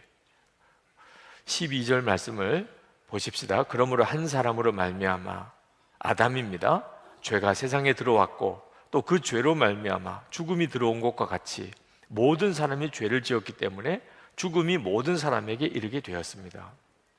여기 죄가 들어왔다고 그랬는데 단수를 썼습니다. 여러분, 죄는 많잖아요. 거짓말도 죄고 도적질도 죄고 간음도 죄고. 그런데 여기서 말하는 죄는 그런 도적질, 간음질 이런 것과 같은 구체적인 죄를 말하는 게 아니고 어떤 한 세력, 인격적인 어떤 힘을 말하는 것입니다. 우리를 사로잡는 힘이 있다는 겁니다. 그 죄가 아담으로 인하여 사람들 속에 들어왔습니다. 그리고 우리 속에 자리 잡고 있습니다. 우리 자신이 되어버렸습니다. 그래서 예수님께서 요한복음 8장 34절에서 죄를 범한 자마다 죄의 종이라 이렇게 말씀을 한 겁니다. 여러분, 죄 안 지어보려고 노력하신 분들은 동의하실 겁니다. 죄 안 지을 힘이 우리에게 없습니다. 죄 안 짓고 싶은 마음은 있어도 죄 안 지을 힘이 없습니다. 왜? 죄의 종이 되어버렸기 때문에. 우리가 죄를 짓는 것은 죄의 종이기 때문에 그렇습니다. 많은 사람이 아담으로부터 죄가 자기에게 들어왔다는 사실에 대해서 인정하려고 하지 않습니다. 그러나 죄성이 여러분 속에 들어와 있는 거 하나만큼은 부인할 수가 없습니다. 태어나자마자 그렇습니다. 우리가 말씀을 몰라서 죄가 죄인 줄 모를 수는 있습니다. 그러나 말씀을 보면 내가 어떤 죄인인지 그대로 다 드러납니다. 13절 말씀에 율법이 있기 전에도 죄가 세상에 있었으나 율법이 없을 때에는 죄가 죄로 여겨지지 않았습니다. 사람들이 자기가 죄인인 줄 모르는 이유는 하나님의 말씀을 보지 않기 때문에 그렇습니다. 로마서 7장 7절에 율법으로 말미암지 않고는 내가 죄를 알지 못하였으니 곧 율법이 탐내지 말라 하지 아니하였더라면 내가 탐심을 알지 못하였으리라. 여러분 마음속에 탐심이 계속 역사하지요. 욕심이 여러분 속에 계속 역사하죠. 그게 죄인 줄 몰랐을 때는 그냥 자연스러웠는데 말씀을 보니까 탐심이 죄라는 것을 깨닫고, 그리고는 정말 기겁할 정도죠. 내가 이런 죄인이구나. 왜? 탐심이 끊어지지 않는 겁니다. 로마서 1장 29절에서 31절에 보면 사형에 해당되는 죄, 하나님이 그렇게 정하셨습니다. 반드시 죽으리라. 그런 죄목이 나오는데 깜짝 놀랍니다. 시기, 분쟁, 수군거리는 거, 오만한 거, 자랑하는 거, 부모를 거역하는 거, 우매한 거, 신의가 없는 거, 무정한 거, 무자비한 거, 이게 다 사형에 해당되는 죄입니다. 하나님이 그렇게 정하신 것을 몰랐을 때는 뭐 사람이 그렇게 하고도 사는 거지 이렇게 생각했지만, 말씀을 보니까 내가 사형에 해당되는 죄가 한두 가지가 아니에요. 말씀이 아니면 자기가 지옥에 갈 죄인인 것을 모릅니다. 사사기 21장 25절에 보면 그때 이스라엘에 왕이 없으므로 사람이 각기 자기의 소견에 오른 대로 행하였더라. 자기 생각에 옳은 대로 행하는 게 무슨 죄입니까? 성경을 보니까 그게 죄인 거예요. 어째서 그렇습니까? 하나님이 왕 되심을 거부한 거니까. 내 생각에 옳은 대로 행합니다. 그 말은 하나님이 왕 되심을 거부한 것이기 때문에, 이야, 이게 그렇게 큰 죄구나. 그전에는 내가 옳은 대로 살았어요. 그런데 말씀을 보니까 내가 옳다고 생각하는 대로 사는 것이 하나님의 왕 되심을 거부하는 것입니다. 그러니 그게 얼마나 큰 죄예요. 저는 솔직히 제가 말할 수 없는 죄인이라는 사실을 꿈에도 생각하지 않았습니다. 저는 나름대로 괜찮게 살았다고 생각했습니다. 그런데 성령의 역사로 예수님을 만나고 거듭난 다음에 제가 얼마나 큰 죄인인가를 깨달았습니다. 저는 드러내놓고 짓는 죄는 거의 짓지 않았습니다. 마음으로 짓는 죄는 말할 수 없는 죄를 짓고 살았어요. 심지어 내가 목사를 할 자격이 없다, 목사를 사표내고 싶을 정도로 저의 죄에 대해서 엄청난 충격을 받았습니다. 성령께서 그렇게 하십니다. 그래서 우리가 나 같은 죄인이라고 고백하게 되는 겁니다. 여러분, 여러분들의 나 같은 죄인이라는 고백에 진정성이 있습니까? 그걸 기도하셔야 됩니다. 하나님, 제가 어떤 죄인인가를 알게 해주세요. 두려워하지 마십시오. 여러분이 어떤 죄가 있는지를 깨닫게 되는 것을 두려워하지 마십시오. 여러분이 여러분의 죄가 어떤 것인지 깨닫는 순간에 비로소 은혜의 문이 열리는 겁니다. 영생의 시작인 것입니다. 죄가 죄인 줄 모르는 것이 그는 이미 버림받은 상태에 있는 겁니다. 하나님의 저주 아래에 있는 것입니다. 20절 말씀에 죄가 많은 곳에 은혜가 더욱 넘치게 되었습니다. 왜 예수를 믿어도 나는 제대로 은혜를 경험하고 못하고 삽니까? 자기 죄를 모르고 사는 거예요. 나 같은 죄인이라는 진정한 고백이 없는 겁니다. 그러나 우리가 또 하나 기도할 것이 있는데, 그것은 하나님의 자녀라고 하는, 이제는 하나님의 자녀라고 하는 그 고백에 감격을 주시기를 기도하는 것입니다. 예수 믿는 성도들은 다 하나님의 자녀라는 고백을 스스럼 없이 합니다. 문제는 감격이 없다는 데 문제가 있는 거예요. 하나님도 안 믿어지고 하나님의 사랑도 안 믿어지는데 하나님의 자녀가 되었다는 게 뭐 대단해요? 하나님의 자녀가 되어서 세상 사는데 뭐 하나 도움이 됩니까? 이렇게 생각을 하는 겁니다. 그러니 하나님의 자녀라 이런 고백이 뭐 감격이 없어요. 그건 간증거리도 아니에요. 기가 막힌 거죠. 계속 마음에 의심만 일어납니다. 예수님이 십자가에 죽으셨는데 어떻게 내 죄가 사함받아? 예수님이 십자가에 죽으셨는데 어떻게 모든 사람의 죄가 다 사함받느냐고 믿어지지 않습니다.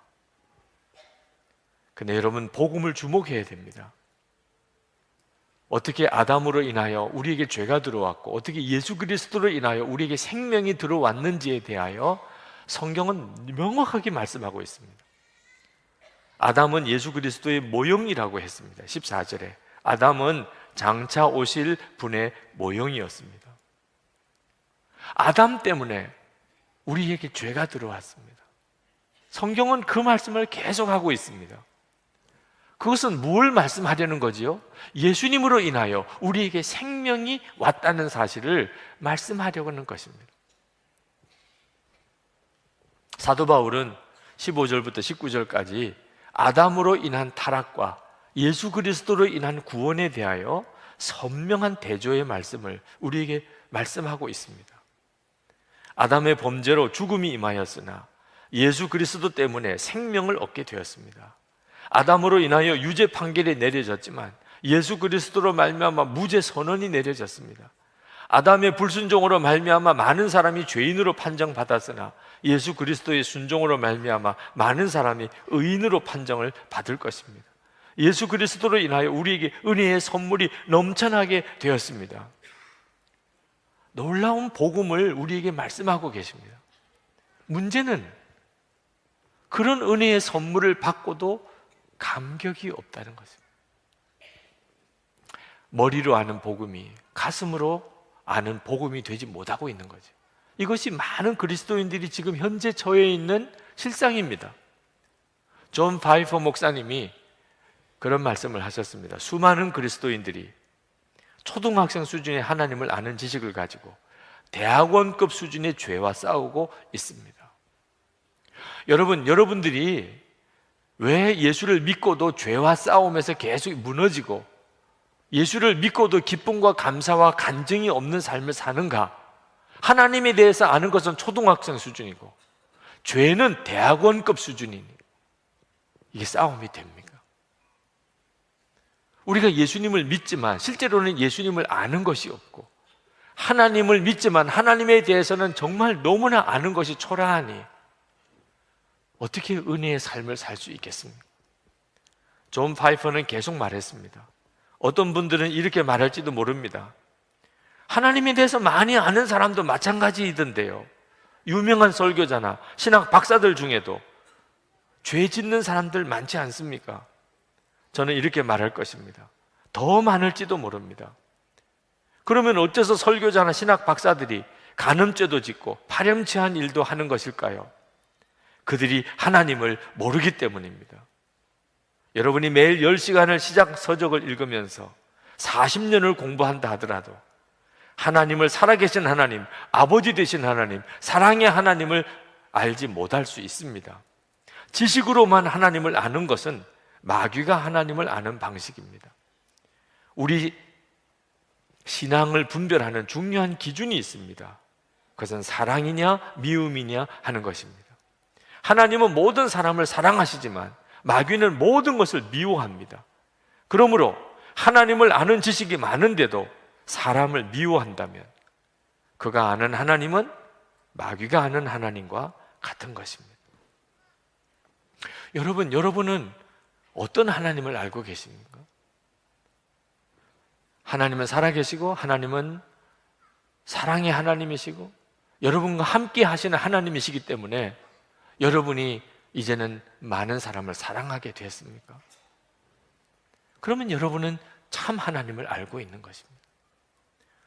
여러분은 하나님을 많이 알고 있는데도 여전히 믿고 또 여전히 욕심이 나고 여전히 다투고 여전히 슬프고 여전히 낙심하고 여전히 우울하고 그렇습니까? 그러면 여러분은 하나님을 마귀가 아는 하나님 정도로만 알고 있는 것입니다. 성경은 분명히 놀라운 약속을 하고 있습니다. 17절에 예수 그리스도 한 분으로 말미암아 생명 안에서 왕노릇하게 되리라. 생명 안에서 우리가 왕노릇하게 되리라.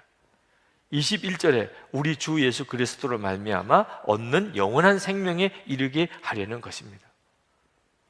예수 그리스도 안에서 우리를 영원한 생명에 이르게 만들어 주시는 것이 복음입니다.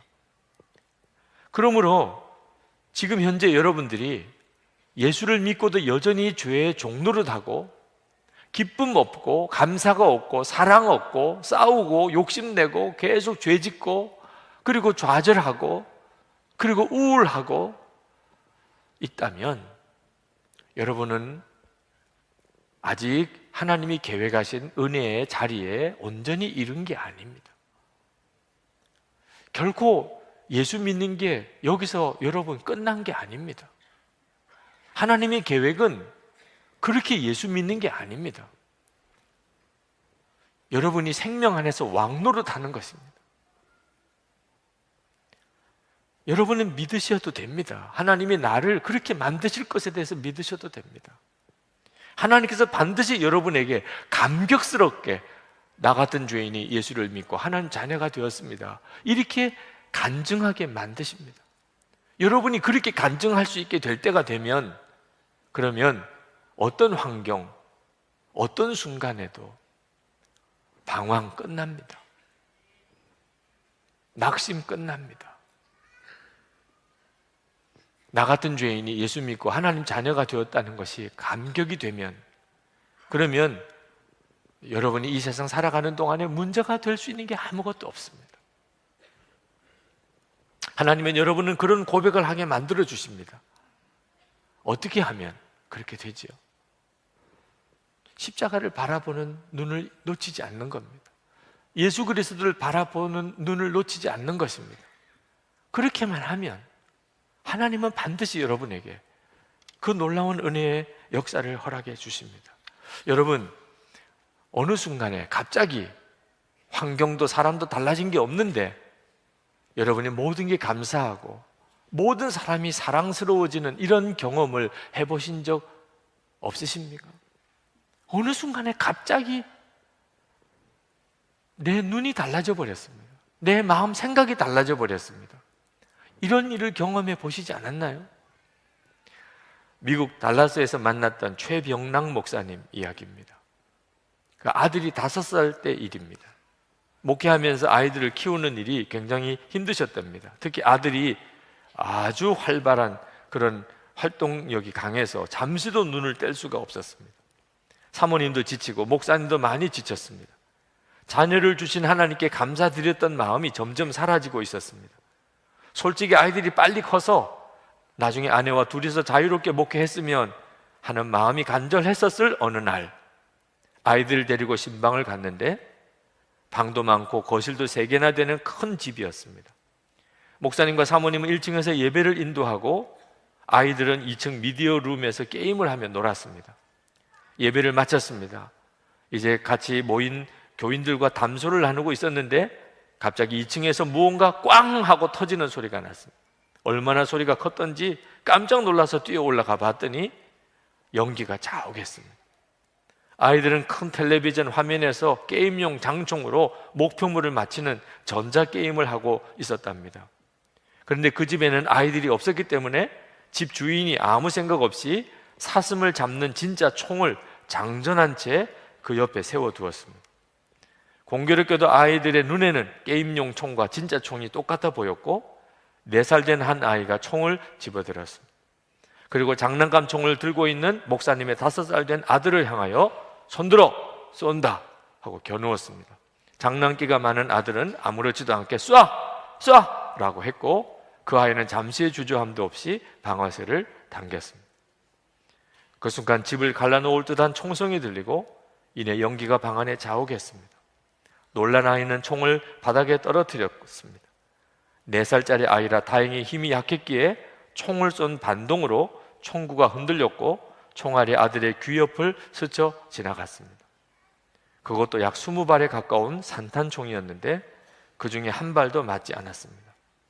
총성을 듣고 방에 도착했을 때 총을 쏜 아이는 놀라서 서 있었고 아들은 다리를 부들부들 떨면서 말했습니다. 아빠, 나 죽을 뻔했어.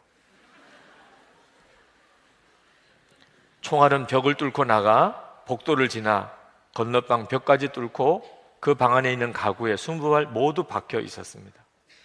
차를 타고 집으로 돌아오는 내내 아들이 살아있다는 것이 기적이라고 느꼈습니다. 집에 도착해서 아들을 힘껏 안아주었습니다. 그리고 고백했습니다. 영광아, 살아있어서 고맙다. 그 순간 그때까지 가졌던 아들에 대한 모든 기대가 얼마나 욕심이었는가를 깨달았습니다. 그냥 존재하는 것 자체가 감사인 것을. 그날 아내는 은행에 있는 전 재산을 찾아와서 감사원금 봉투에 넣고 이렇게 썼습니다. 하나님, 하연이와 영광이가 살아있는 것만으로 감사합니다. 그것이면 충분합니다. 여러분, 우리는 때때로 하나님이 나에게 뭔가 특별한 새로운 은혜를 주시기를 기다립니다. 그러나 사실 하나님이 우리에게 새로운 은혜를 더 주실 것도 없습니다. 뭘 더 주실 게 있습니까? 십자가 하면 충분하죠. 십자가보다 뭘 더한 은혜가 있을 수 있겠습니까? 이미 우리는 말할 수 없는 은혜, 더 필요하지도 않는 완전한 은혜를 받았습니다. 그 은혜를 받고 있습니다. 우리가 그것을 눈뜨지 못하고 있을 뿐입니다. 우리에게 필요한 것은 은혜를 은혜로 깨닫는 눈이 뜨이는 것입니다. 영국의 허드슨 테일러 선교사가 좌절에 빠졌을 때 요한복음 15장 5절 말씀, 나는 포도나무에 너희는 가지니, 이 말씀에 은혜를 받고 그가 일어섰습니다. 포도나무 가지는 영양분을 끌어올리려고 애쓸 필요도 없고 꽃을 피우려고 열매를 맺으려고 힘쓸 필요도 없다는 사실을 깨달았다.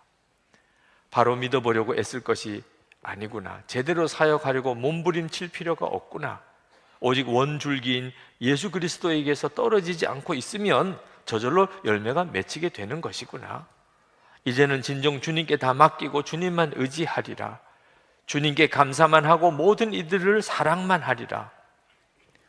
이것은 허드슨 테일러 선교사님이 모르던 내용이 아닙니다. 이미 잘 알던 말씀이지만 그 말씀을 그날 결론 삼은 겁니다. 주님만 바라보는 눈이 뜨였기 때문입니다. 그리고 인간적으로 노력하고 애쓰던 것을 다 내려놓았습니다. 완전히 주님께 맡겼습니다. 그 후에 그는 주님의 놀라운 능력으로 많은 열매를 거두었습니다. 그가 영국 캐직 총회에서 다음과 같이 말했습니다. 저는 패배를 당했고 그래서 승리를 간구했으나 승리는 도무지 오지 않았습니다. 그러나 어느 날 저는 믿었습니다. 그랬더니 승리가 왔습니다. 여러분, 여러분에게는 이 도움이 필요한 것입니다. 더 은혜를 받는 것이 아니고 이제는 받은 은혜에 눈이 뜨이는 것이 필요한 것입니다. 어느 성도님이 한 사람을 전도를 해서 그를 복음을 전하고 말씀으로 양육하여 세례를 받게 되었습니다. 그는 그 세례받는 그 세 가족에게 물었습니다. 교회에 와서 무엇을 배웠습니까? 그는 곰곰이 생각하다가 대답했습니다. 눈물을 배웠습니다. 이보다 더 정확한 대답이 있을까요? 예수를 믿고 당신은 뭘 배웠습니까? 눈물을 배웠습니다. 회개의 눈물, 기쁨의 눈물, 구원의 눈물, 감격의 눈물,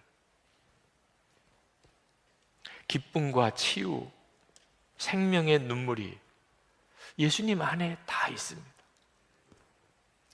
안식년 때 미국 달라스에서 40일 이상을 지냈습니다.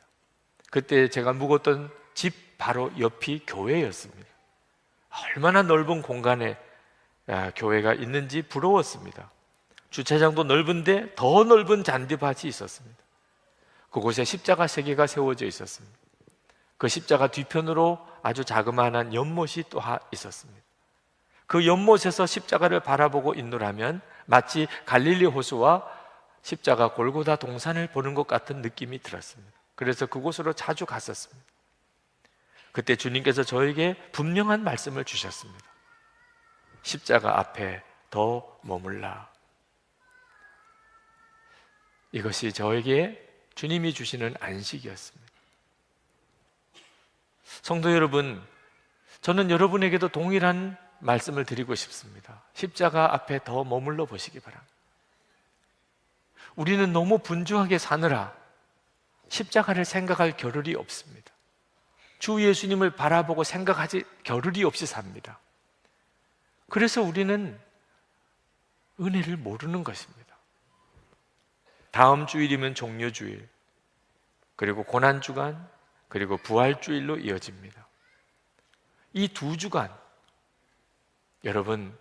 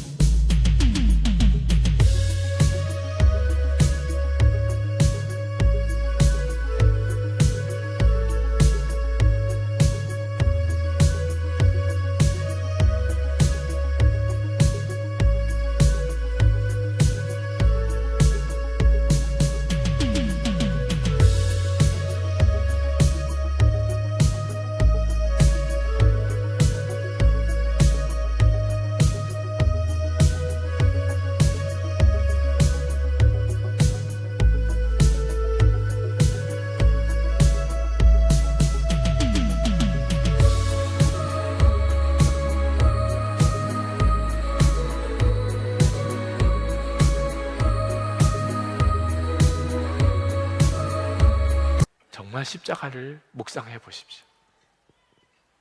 계속해서 할렐루야 찬양을 들으십시오. 주 예수님만 바라봐 보십시오. 그러면 반드시 성령님께서 나 같은 죄인이 예수님을 믿어 하나님의 자녀가 되었습니다. 이것이 가슴 뜨거운 노래요, 감격스러운 고백이 되게 해주십니다.